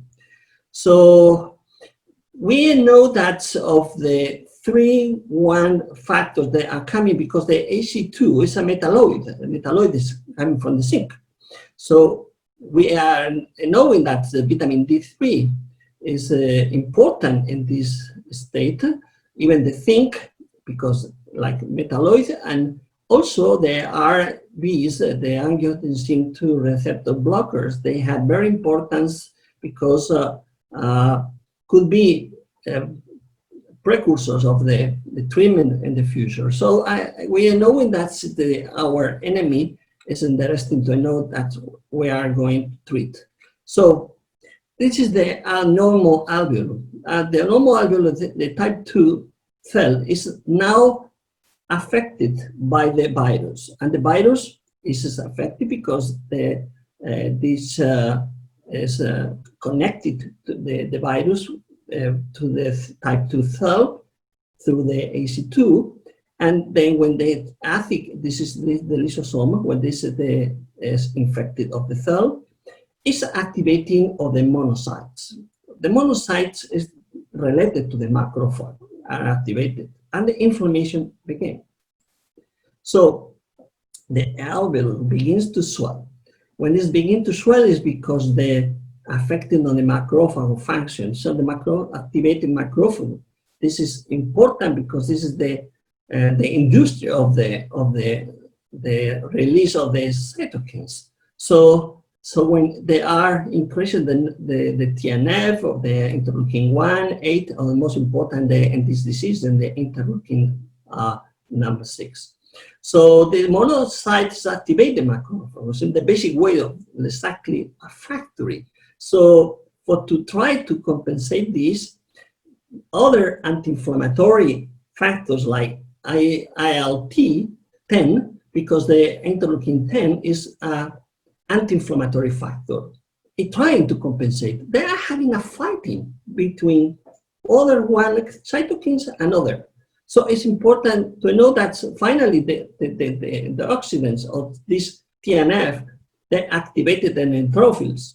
So in the beginning, the vascular endothelium is not yet affected because still no was having the starting of the release of the cytokines. So what is the problem? When there is the starting of the alveolus to be affected, having swelling and the loss is losing of the layer of the epithelial cells, or most of the cell type 1, and this is affected over the vascular endothelium. Is being altered. So this is the starting of the problems when the patient they are coming with some issue, no? But the problem is basically the vascular endothelium. This is the war of the field, because this is which is the place where the inflammation is fought. So they activate the monocytes, activate the macrophages, and the release of the cytokines, and they are affecting the endothelium by adhesion. And the neutrophils, they are also increasing the tissue factors and endothelial injury. And this all kind of the cytokines of the radical species, so the platelet activating tumor necrosis factors, they are increasing the inflammation and inducing the creation of the fibrinolysis. So the microvascular thrombosis is started. And we know this is coming from the D-dimer is high. So this is micro thrombosis can be in any level. So we can find it in the heart with the myocardial infarction, coronary disease, thrombosis, and the lungs, the pulmonary thrombosis, atelectasis, or non-cardiac edema, and the renal thrombosis, acute renal failure, and even in the brain, it's possible to find patients with stroke or microstroke or some kind of the encephalopathy. So the most important organ is the lung, because the lung is the most affected. Most of the patients, they are coming with alveolar edema and collapse, and the vascular endothelium is being altered. So they started the typical image we have found in the CT. That is the typical show of the ground glass opacities. This is a kind of lesion that are collapsed and hemorrhagic and thrombosed capillarities. So this most of the patients, they're coming with very low saturation. And it's curiously because the very low saturation, but they practically in silent hypoxemia, because most of the patients, they don't have shortness of breath in the beginning. So we have really important this slide. We have two different phenotypes. This is the phenotype for inflammatory response, is when we have found in the analysis the ferritin is high, because the serum ferritin is an independent risk factor for severity in these patients. They explain the cytokine storm. So it's important to, when started to take the patient and check the patient, please check the patient these two first laboratory test of the ferritin, and the other is the D-dimer. So the D-dimer is induction of the second phenotype. This is the coagulation disorders. The dimer, when it's high, we have problems with the patient because microthrombosis or pulmonary thrombosis is coming. So it's important to know well that the ferritin and also the hepcidin, they are highest in this kind of cytokine storm. And when the IL is high also. And they induce ferroptosis and mitochondrial dysfunction. So they are starting on the organ damage. So important, when you treat the patient at the beginning, ask for ferritin and D-dimer, and you know what kind of the phenotype you are treating. Okay, this is important to know well. Okay, what is the question? The question is that we have found a patient that is necessary to a multi-professional. It's a multi-professional disease. Most of the doctors involve a lot of specialties. So it's important to be having a good team, most specialties and intensivists, not only intensivists or pharmacists, nutritionists, most of the specialists that are necessary to treat this kind of patients. So when the patient is coming with really this alveolar damage, most of the patients, they're coming in silent hypoxemia because they have low saturation, but they don't show any shortness of breath. So when the patient starts, it's like this. And later we have an intermediate hypoxemia, maybe needs intubation, but preferably always delay the intubation. And this is the last thing we need to do it. And the trial of the non-invasive ventilation or high flow nasal cannula must even also patients with awake proning. But only when the patient is not respond, when it has severe shortness of breath, that's when the patient needs to be intubated. So, but always is the last measure we need to do. So it's important to have this question. So Dr. Byron and Dr. Mary, they show us exactly the protocol for management of the COVID-19 and using the MAD plus COVID and the early intervention. Really, very nice presentation from the Dr. Byron. Always he gave us the most important things about the treat this kind of patients. So what is the role? The role in this forbid this coronavirus. The role is always starting with anticoagulants and start corticoid. This is always you have ferritin high or D-dimer high. This is the most important thing, and follow with using another kind of the drugs, for example, zinc or inhalation of epoprostenol or inhalation of the nitric oxide. But the nitric oxide is much too related to the refractory hypoxemia, and the patients they really they are in a bad situation from the mechanical point of view or the lung point of view. So this is the role, most important to recognize in these patients. And what else? So this is the metabolic resuscitation. Already the presentation was given for Dr. Baron. This is Dr. Marik. He said that the addressing nutritional needs in the critical ill early improve the outcome. So the mortality reduced, reducing the ICU days, improve the wound healing, and reduction of the infection rates and malnutrition pairs in immune function. That's important to starting early the metabolic resuscitation. This is the antioxidants given and trace elements in coronavirus like as anti-inflammatory choice. So most of them is the antioxidants defense systems, include the enzymes and trace elements like zinc, and vitamins like vitamin C, B1, B3, E, and also could be studying another possibilities like omega-3 and Q10. So this is important to have always trying to give the most important treatment, but always looking by the vision of the anti-inflammatory treatment. So how about the melatonin? Really, the melatonin, Dr. Bannon, he says that is good, very good to reduce of the ROS, the radicals, oxygen. So it needs to like modulation.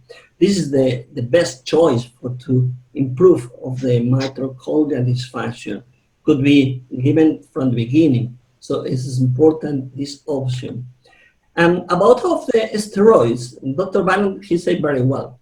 I don't know, like to talk more about this, but because we need to know that someone is using 9-hydrocortisone, other dexamethasone, other methylprednisolone.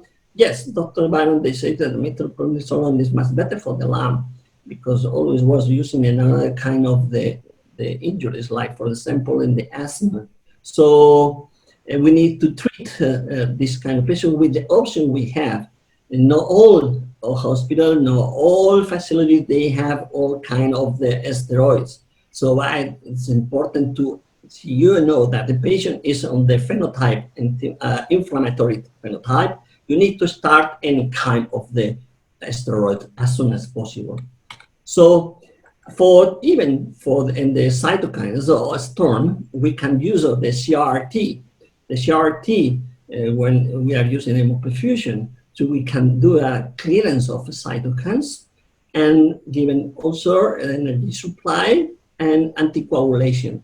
But when we are doing of the CRT, the patient, they have bladder dysfunction or failure of the filter because the filter, or most of them, they are coagulated. And one of the possibilities is using the epoprostenol even for to use in CRT. So most of the viewers, maybe they're asking, why us talking about, why anyone is talking about the antiretrovirus or tocilizumab or others? It's because right now, now we have enough evidence for all of things. Most of the treatments now in the world, they are starting only with anticoagulants and corticoids. Because one of the things important now is because remdesivir, yes, recently was looking that has some evidence to treat this kind of patients, but the price of this drug is very high. For 5 days, it's around $3,000, the treatment. So really, we are using, and it's really indicated, and patients very affected, no?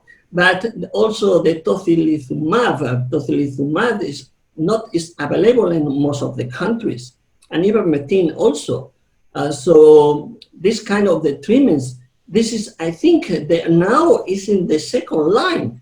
And the first line is start anticoagulants, and even in some of patients, they have some problems, for example, and they have in the echocardiography, they have the right ventricle is dilated. If you are suspecting some kind of the pulmonary thrombosis, they need to start even thrombolysis. So anticoagulants, anti-inflammatories, this is right now the most important treatment that we need to give in all of our patients. Because the experience in knowing well our enemy, like this kind of the coronavirus, that is affected fundamentally for inflammatory phenotype, always ferritin high, or for micro or microthrombosis, so using the dimer. The dimer is coming from the coagulation disorder phenotype. So this is the multidisciplinary vision. This is not just any virus, this is a different virus. So we need to know well that this is right now we are doing in our hospitals, I think in most of the hospitals in the world, because now the most important treatment is treat the patient from the anti-inflammatory aspect on the anticoagulation. Thank you very much. Thank you very much. If you have any question, I will be really, I would like to even to start there in and Jakarta in the next year, because I think the next year, I'm sure everything Sure. will. Yeah. Thank you. Thank you, Professor Joe Farron, Dr. Niken, and Dr. Santi for for sharing on the current knowledge on critical care nutrition in relation to COVID-19 as our enemy right now, especially the METH plus protocol. There are several questions for Professor Joe Farron, and it will be sent to him to get his answer directly. And also we have several questions, but we are very sorry that the time is up for this session. And I would like to ask Dr. Niken to please answer in written, to questions, Yes, thank you. And I would like to appreciate all speakers for the interesting and beneficial presentation, and also thank you for all the 400 plus participants for being in this session.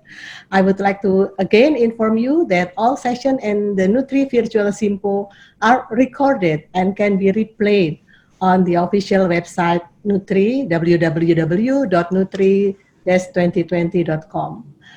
Big applause for all of us. Thank you. Thank you. Thank you. And now I would like again to continue leading this session. I will invite the one and only speaker, Dr. Dian Novitra Chandra, medical doctor, master in nutrition, that will present a topic on nutrition management in children with diarrhea. Again, if you have any question, please do ask your question during the session by writing it down in the chat or being asked after the speaker had presented. Now, I would like to invite Dr. Dian to please start your presentation, please. Thank you, Prof. Tati, and thank you to Ina who invited me and Nestle for being the sponsor for my presentation today. I will share my PowerPoint. I hope already. Okay. I hope this is already shown. Yes. Okay. Yes. Slideshow, please. Okay. Already in slideshow then. So first we talk about diarrhea. Why? We know that diarrhea already not a new disease. It's already from long time ago, but still it is the causes of the second leading cause of death in children. Second to pneumonia, because if we exclude the neonatal causes and others, we can see that it contributes 11%, or we can say 1 of 9 children death in the world was caused by diarrhea. We can see from this chart that even if there's already decreased of the diarrhea mortality rate in children since 1990, it already decreased by 69.9%, but still it's still high. It is still over 500,000 death in 2017.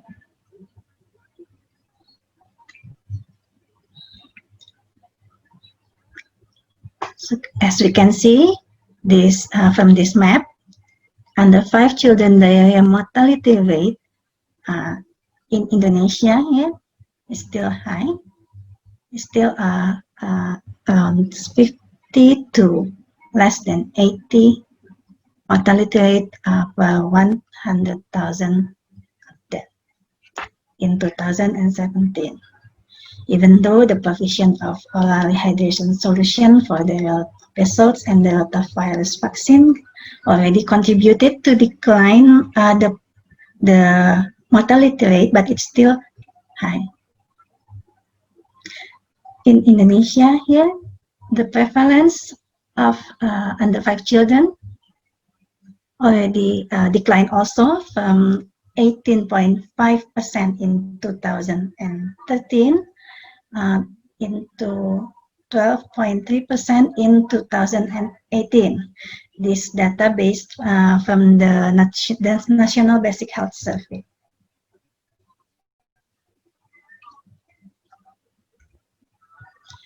So, definition of diarrhea is the passage of 3 or more loose or liquid stools a day, or more frequently than is normal for the individual. The most common clinical manifestation of children with cases of diarrhea in low and middle income countries were acute watery diarrhea and gastroenteritis. Cases classified as bloody and persistent rare if we compare with the acute watery diarrhea. Diarrhea is a symptom of infections. We know that it's caused by a host of bacterial, viral, and parasitic organisms, most of which are spread by feces-contaminated water. Here we see that rotavirus and Escherichia coli are the 2 most common etiological agents of moderate to severe diarrhea in low-income countries. Other pathogens such as Cryptosporidium and Shigella species may also be important in Indonesia. Infection is spread through contaminated food or drinking water, or from person to person as a result of poor hygiene. We see that from the fluid, from floor, F diagram here, flies, from the food, and also from the finger. With the poor sanitation and poor hygiene, it will lead to so it will become from the feces back to become the root of infection again. So the feces contaminated with bacteria, virus, or parasite is contaminated fluid, floor, flies, food, fingers, and back become another infection. So we know that food is not the cause of diarrhea, especially when it is prepared or stored in unhygienic conditions. Unsafe domestic water storage and handling is also an important risk factor. Also, when farmers give watering the crops with the polluted water, also fish or other food material from polluted water will also contribute to the disease.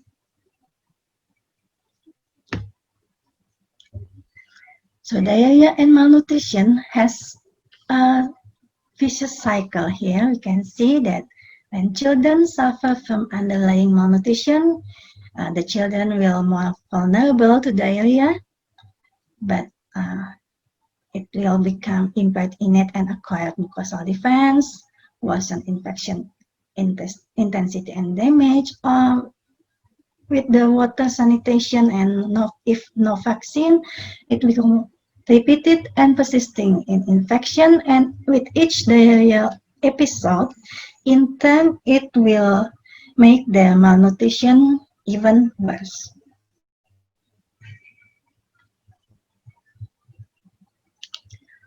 Diarrhea in children has multifactorial risk factors.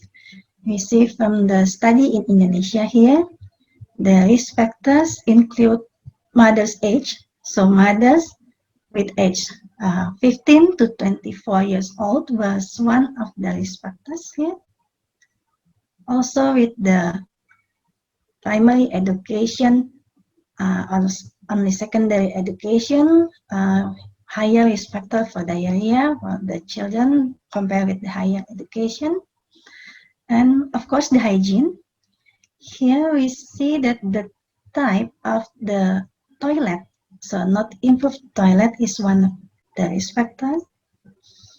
And poor hygiene practice includes, of course, poor food hygiene practice. Here is also the risk factor. So poor food hygiene practice is a higher prevalence of diarrhea, and also the exclusive, if not exclusively breastfeeding, then is given bottle feeding is also are also the risk factors for diarrhea. So other study also mention household income. So it's not only risk factor from the here, also household income, and beside the education, also the mother's knowledge. And there's another study also mentioned about the practice of hand washing in mother and also in the toddler itself, themselves, were also the determinants of diarrhea.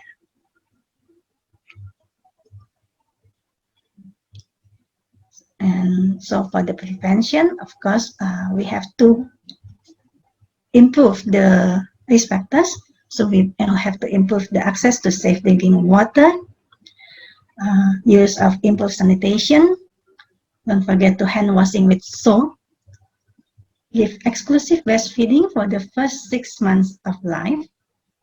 Give good personal and food hygiene. Health education for the caregivers about how infections spread, and give the vaccination for rotavirus. So there are studies that prove lower prevalence of diarrhea in children when the access to safe drinking and sanitation were improved. Also, we can give rotavirus vaccination to help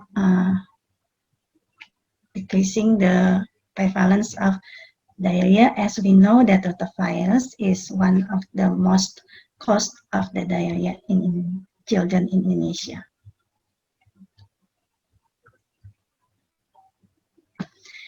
As already mentioned before about the vicious cycle between diarrhea and malnutrition. So if the diarrhea persistent or occur frequently, it will affect the nutritional status of child, and consequently it will lead to stunting. Poor nutritional status itself will lead to cognitive delay, but we have to be aware also there were studies found that early childhood diarrhea predicts cognitive delays in later childhood independently of the malnutrition.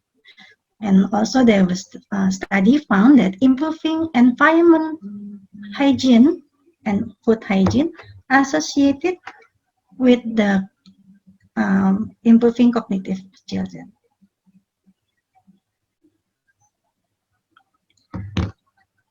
Diarrhea also serves as risk factors for anemia among under 5 children living in urban slum areas of Indonesia. So the study is in Indonesia here. How about the diarrhea management? So the main goal for diarrhea management is to prevent dehydration. By increasing fluid intake, can be given oral rehydration solution, also with other solution if it's not yet dehydrated. So also this is 5 steps eradicating diarrhea or Lintas Diarrhea handbook from the Ministry of Health. Mention also to give an oral rehydration solution, give supplemental zinc for 10 days. Also keep continuing breastfeeding or feeding the child if the child already given food, and give advice to mothers or caregiver to bring the child to health facility for any signs of blood or in any condition getting worse. Antibiotic here have to be very selectively given because most of the cause of watery diarrhea in Indonesia is rotavirus, so don't have to give antibiotics.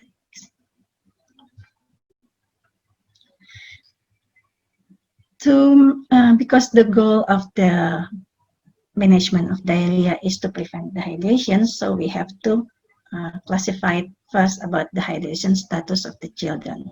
There are more than one classification to assess hydration status. Here, we usually use the WHO classification. This is commonly used in the low-middle income countries, while the clinical dehydration scale and the Golic scale here mostly used in the high-income countries. So based from WHO recommendation in diarrhea management, first we assess the hydration status to choose the treatment plan. If we'll see the condition of the child, eyes, and how stressed or not, also may feel with skin pins, then we decide what to treat. So if the child is well, alert, eyes look normal, drinks normally, not thirsty, the skin pins also goes back quickly. So the patient we decide that the patient has no signs of dehydration when we can use the treatment plan A. If the child has 2 or more signs here, like restless, irritable, sunken eyes, thirsty, drinks eagerly, and when we pinch the skin, it goes back slowly, then we choose the plan B, treatment plan B, then we try to wait the patient if possible. But if the patient has 2 or more signs in C here, lethargic or unconscious, sunken eyes, drinks poorly, but drinks poorly, not able to drink, and the skin pins goes back very slowly, then we decide that the patient is having severe dehydration, then we have to treat patient with plan C urgently. So for plan A, rule number 1 is give home therapy to prevent dehydration and malnutrition. We give the child more fluids than usual to prevent dehydration. You can give children under 2 years of age 50 to 100 milliliter, a quarter to half a large cup of fluid. Children aged 2 up to 10 years, we can give 100 to 200 milliliter, or a half to 1 large cup.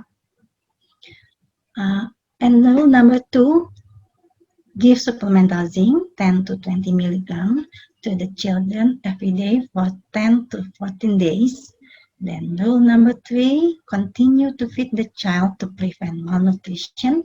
Rule number 4, take the child to a health worker if there are signs of dehydration or other problems. The problems like starts to pass the many watery stools, has repeated vomiting, so cannot drink or cannot eat. The child becomes very thirsty, eating or drinking very poorly, develops a fever.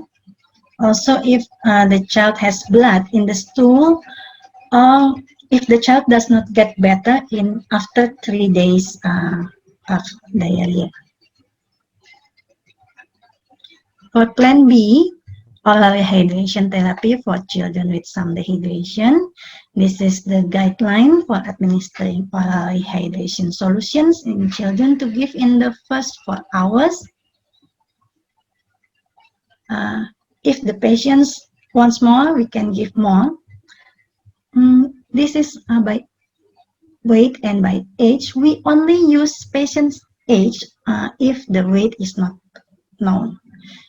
So the approximate amount of oral rehydration solution required can be calculated by multiplying the patient's weight by 75 milliliter for each kilogram.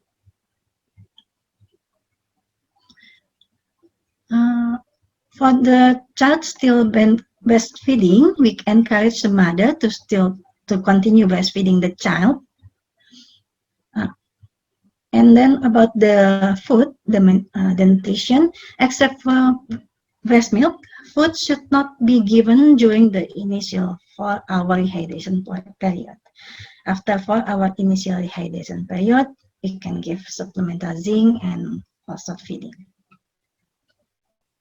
For plan C, if the patient with severe dehydration, of course, this has to be in the health facility. So we have to start IV fluid immediately. If the patient still can drink, give oral rehydration solution by mouth until the drip is set up. We give 100 milliliter per kilogram solution divided as follow here, and we have to assess the patient every 1 to 2 hours. If the hydration is not improving, we give the IV drip more rapidly. How about the oral rehydration here? We have oral rehydration, the previous standard one, since 1975, with the osmolarity of 311. But since 2002, we have the new standard oral rehydration solution adopted as the recommended for the WHO formula. It was shown that the osmolarity of lower sodium and glucose concentration here will reduce stool output, reduce vomiting, and more importantly, the need of unplanned IV therapy in children also reduced. So, adopted the device since 2002.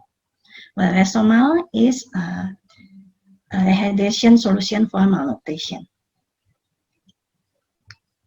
So we see this is the randomized controlled trial done by Sayuti and Risnelli in 2016, comparing the use of previous standard oral rehydration solution with the new reduced osmolarity oral rehydration solution. Found that here the length of recovery is faster significantly in the low osmolarity oral rehydration solution, while there were no significant differences in the case of hyponatremia or hypernatremia, the one that was concerned because the low osmolarity has a lower sodium. There's a systematic review of all randomized controlled trial comparing different oral rehydration solution in severely malnourished children with diarrhea and dehydration here. Found out that the stool output volume, the diarrhea duration, and time to rehydration were better with standard reduced osmolarity oral rehydration solution compared with the previous WHO sodium 90 milliequivalent per liter ORS. But the systematic review here found there was no difference between Resomal compared to the previous WHO sodium 90 milliequivalent per liter ORS, and also with the current standard WHO reduced osmolarity ORS in dehydration failure rates. So, however, in the studies with the Resomal here that found that there's no difference here, all children in the Resomal groups develop or worsening hyponatremia. Perhaps the Houston et al. Mentioned that perhaps its most likely explanation is that unexpectedly and with rehydration with a low sodium concentration of Resomal, the rate of intracellular sodium transport to the extracellular blood compartment is not reliably sufficient to overcome. So that's become the problem.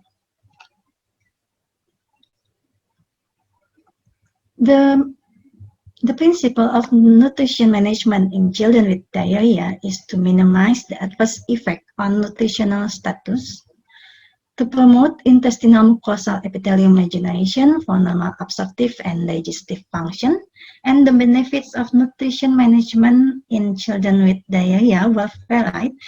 If the nutritional quality of the food, it can be increased by temporary fortification.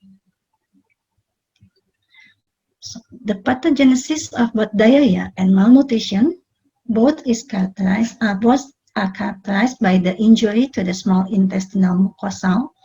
You know that the small bowel lesion may be present before the intestinal infection in malnourished infants and may persist after this disappearance of the initial infection leading to diarrhea.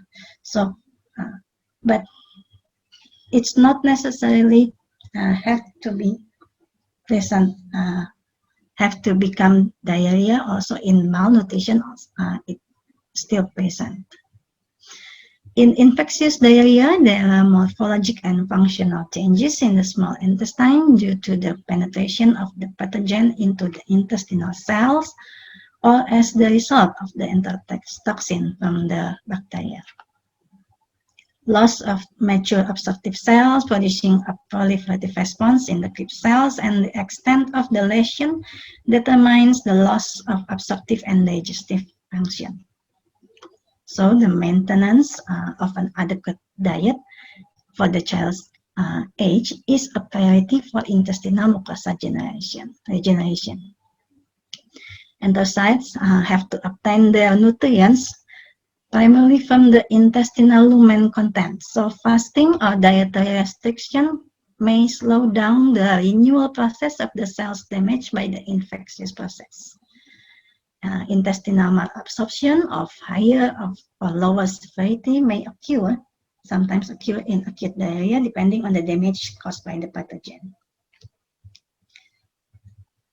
About the food, in general, foods suitable for a child with diarrhea are the same as those required by healthy children. So breastfeeding should always be continued. In case of mild to moderate dehydration, food should be offered 4 to 5 hours after the onset of dehydration due to the treatment plan. Recommended food should be culturally acceptable, so it may be different in every location or every culture. Readily available, have a high content of energy and provide adequate amount of essentials macronutrients. Has to be well cooked, mashed or ground to make them easy to digest. Fermented food also is easy to digest. Meat, fish, or eggs should be given if available. Food rich in potassium such as banana, green coconut water, and fresh fruit juice are beneficial, and we have to give the frequent small feedings tolerated better than less frequent large ones to the children. Just mentioned that we will discuss here some alternative in the nutrition management here, like we mentioned about no restriction, but how about lactose restriction? A systematic review on dietary management of diarrhea in low and middle income countries analyzed few points about the use of lactose in the diet. The normal amount of lactose can be maintained safely in most children with diarrhea. However, the transient lactase deficiency and the consequent poor digestion of lactose can worsen the diarrheal picture in a small group of children. So it can happen lactose deficiency not hanya untuk sementara, so not permanently. Lactose restriction would be beneficial. So in those cases, lactose restriction would be beneficial with reduced losses and shorter time of diarrheal episode after the restriction is observed. The children most likely to benefit from lactose restriction would be those who develop severe dehydration and the malnourished. Lactose restriction by decreasing milk supply associated with the maintenance of the rest of the homemade diet would be related to a better weight gain compared to the predominant use of formula without lactose. So if we restriction by decreasing milk, but we maintain the rest of the homemade diet. So the usual diet, it will be better than using the lactose formula. This some study. This is the Sanayan et al. Do the randomized control trial. Divide for the formula-fed children, taking subject formula-fed children aged 1 to 24 months with acute non-bloody diarrhea. So there's no difference in baseline characteristic between two groups. The children are randomly allocated, first in the intervention group giving lactose-free milk, and in the control group given lactose-containing milk. So these are the comparison of diarrhea relief time between the two groups. You can see that infants who took lactose-free milk showed significant reduction in mean time of diarrhea relief when compared to those taking lactose-containing milk. So in the lactose-free milk, only 1.7 days, while in the control group, 2.6 days.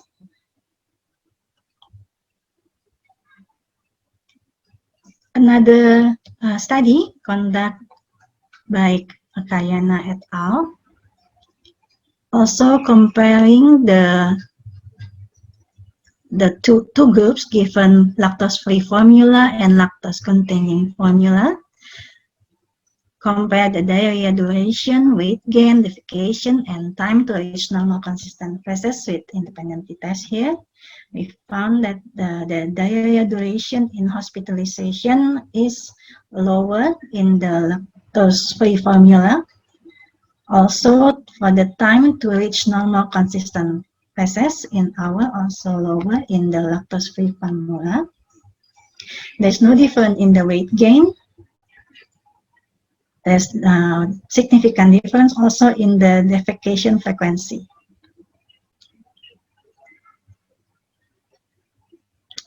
Another study by Arshad et al. Given randomized control trial also to 60 infants between 1 month to 1 year of age presented with acute diarrhea. Two groups. Group A given lactose-free formula milk and Group B given lactose-containing formula milk. There's no differences in baseline characteristic. And you can see that there's significant difference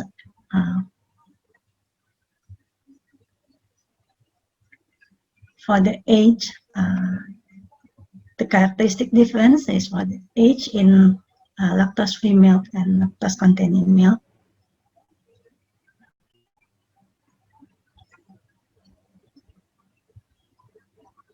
So the mean duration of diarrhea between the both study groups are different.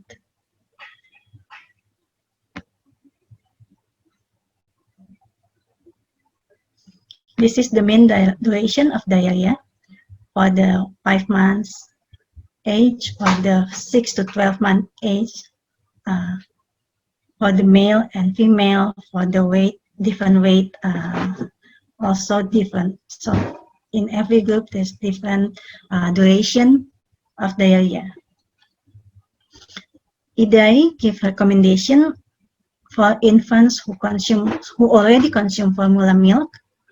Lactose-free formula milk only given for severely dehydrated and infants who clinically show severe lactose intolerance and getting worse when consuming milk. So it's not recommended to all children. The milk can be consumed for up to 1 week because generally lactose intolerance is temporary as the result of the intestinal mucosa damage. So lactose activity will be back to normal once intestinal mucosa epithelium regenerate. So we see other study here given dietary nucleotide. Dietary nucleotides are non-protein nitrogenous compounds that are found in high concentration in breast milk and are thought to be conditionally essential nutrients in infancy. The study given nucleotide supplementation in rats has been shown to enhance growth and maturation of the gut, also increase the villus height of the intestinal mucosa, increase mucosal protein and disaccharide activity in the proximal intestine, and enhance gut mucosal recovery after experimentally induced diarrhea. This is in that study. Study conducted with nucleotide supplemented formula have shown statistically significant decrease in the risk of diarrhea.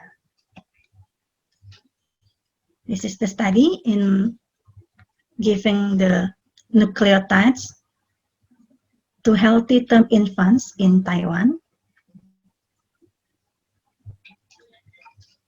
Conclusion of the study is the decreased incidence of diarrhea in infants between 2 and 6 months of age, and the higher IgA concentrations over the first year of life in infants fed formulas supplemented with the TPN here, total levels of nucleotides. So different availability level of nucleotides.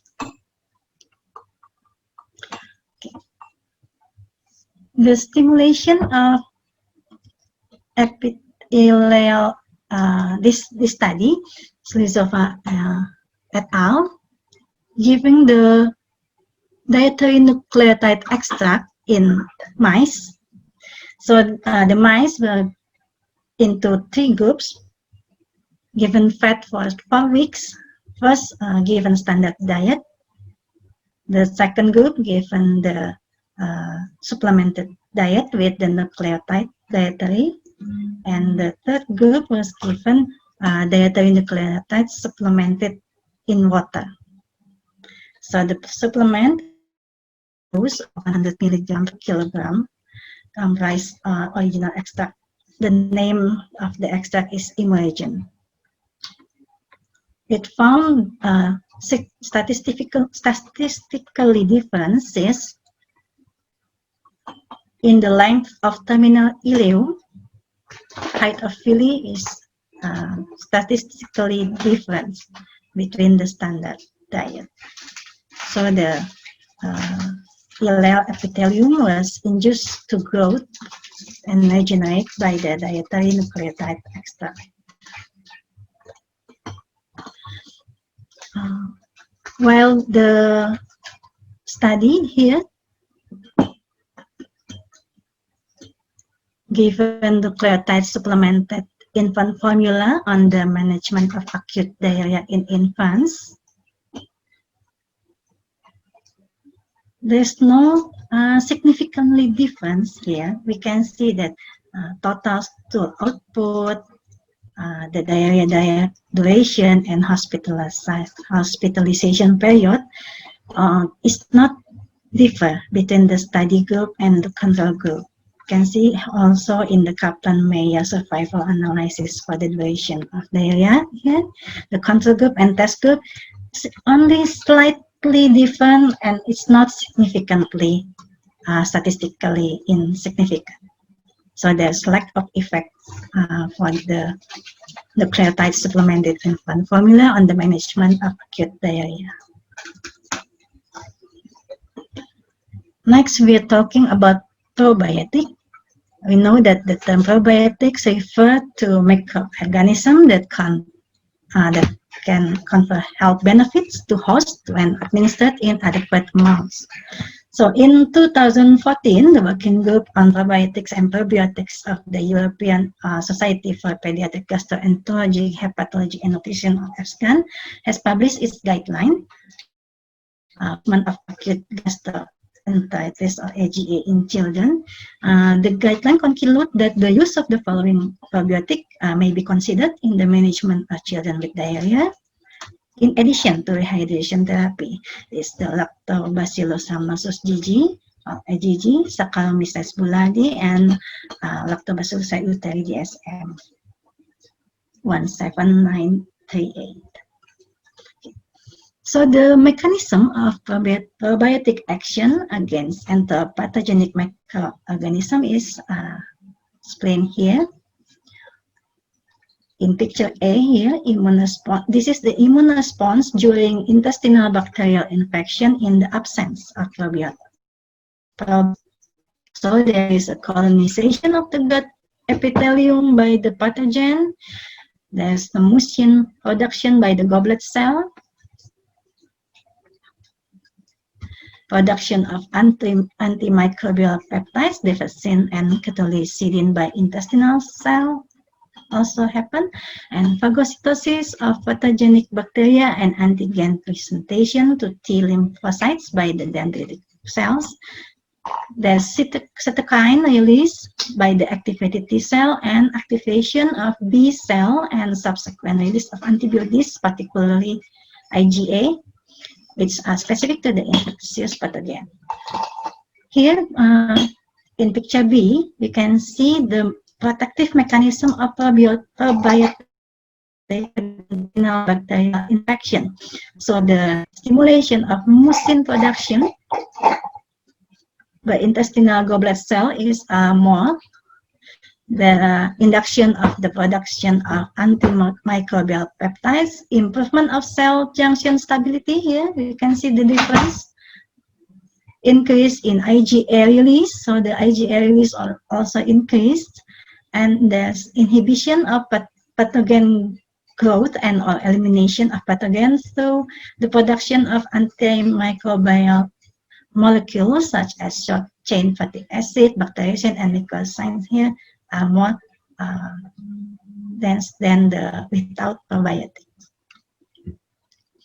So about the study using Lactobacillus reuteri here, we found that there's the multicenter randomized single-blind clinical trial was performed in hospitalized children with acute diarrhea by Denny Lacy. Children who received conventional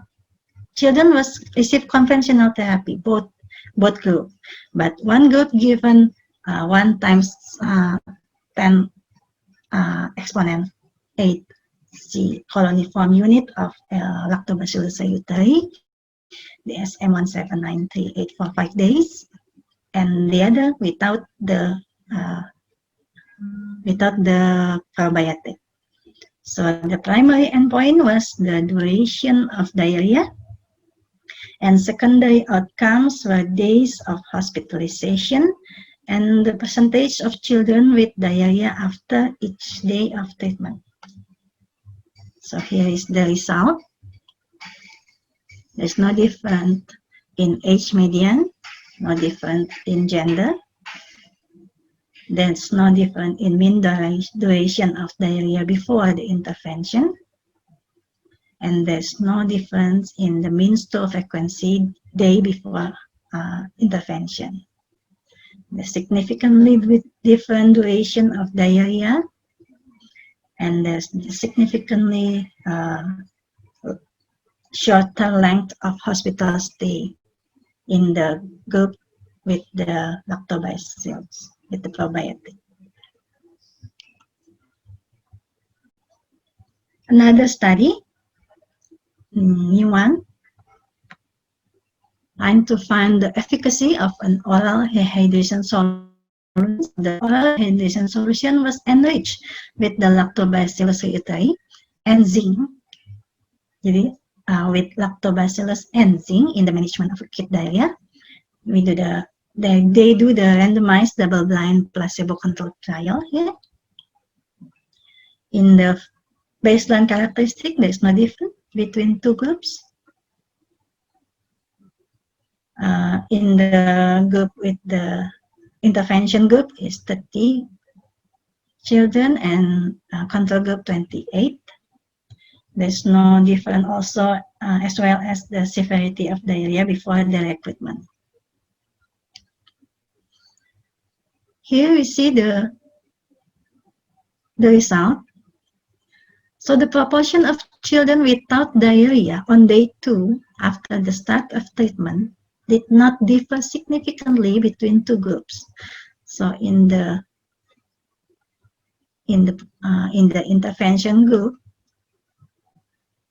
64.3%, and in the control group, 56.5%. The p-value is 0.8. There's no differences. So the outcome in the intention to treat analysis here showed a trend to be better in the intervention group, but there's no difference. There's no statistical significance. So because both groups showed comparable improvement in the severity of diarrhea on day 2. The difference is not found. Okay. And also there's a systematic review with meta-analysis regarding this Lactobacillus reuteri for treating acute gastroenteritis in children. This is started.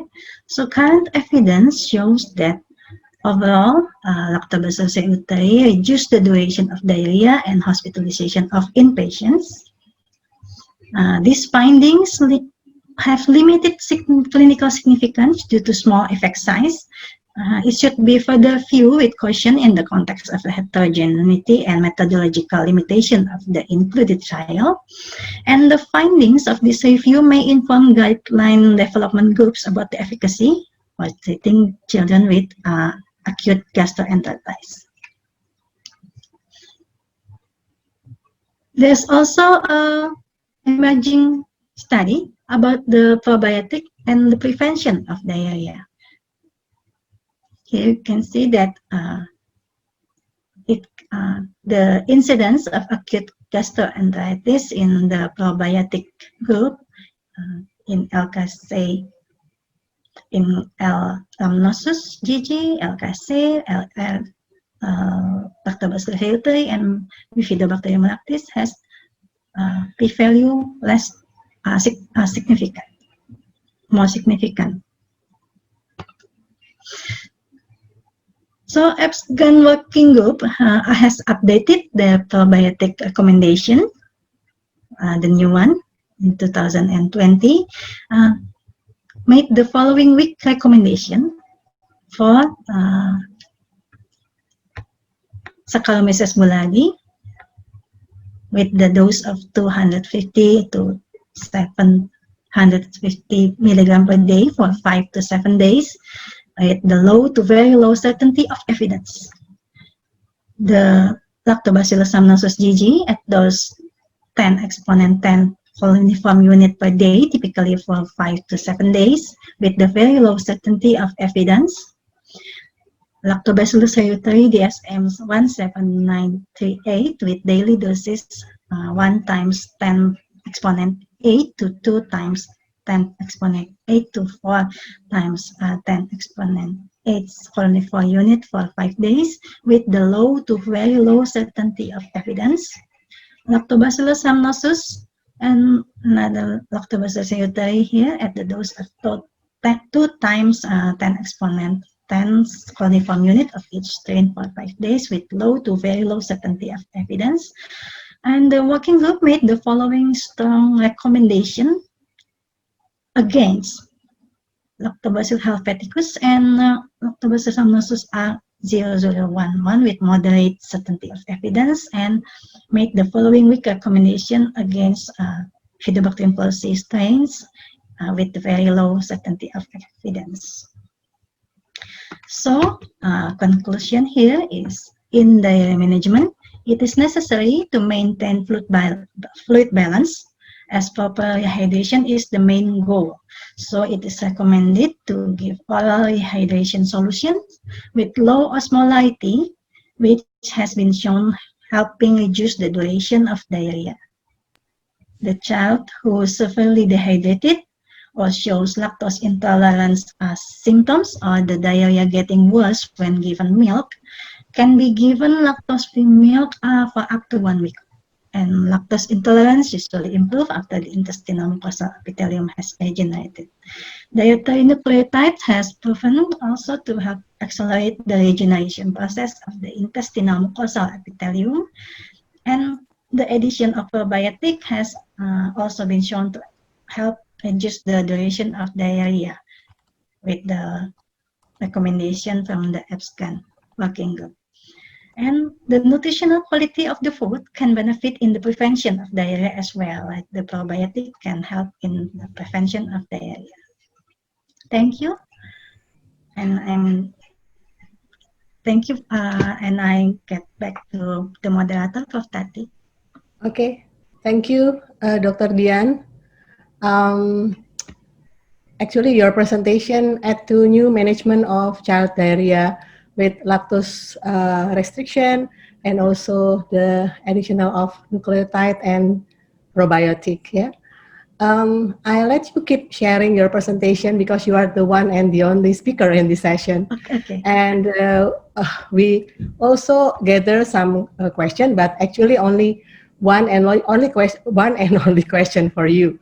Asked by the participant, that is, why do we need to give zinc supplements to children with good hydration as stated in Plan A, rule number 2? Can we opt for natural sources? Would you answer that, Dr. Dian? Thank you.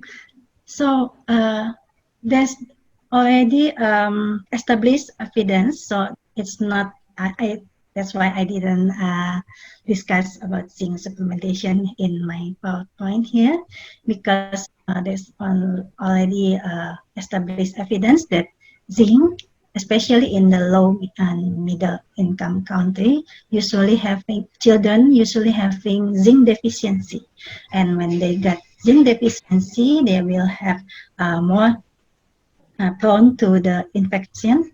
So also we know that zinc has involved in regulation of intestinal fluid transport, mucosal integrity, also immunity, and have many benefits also for about the stress oxidative and inflammation.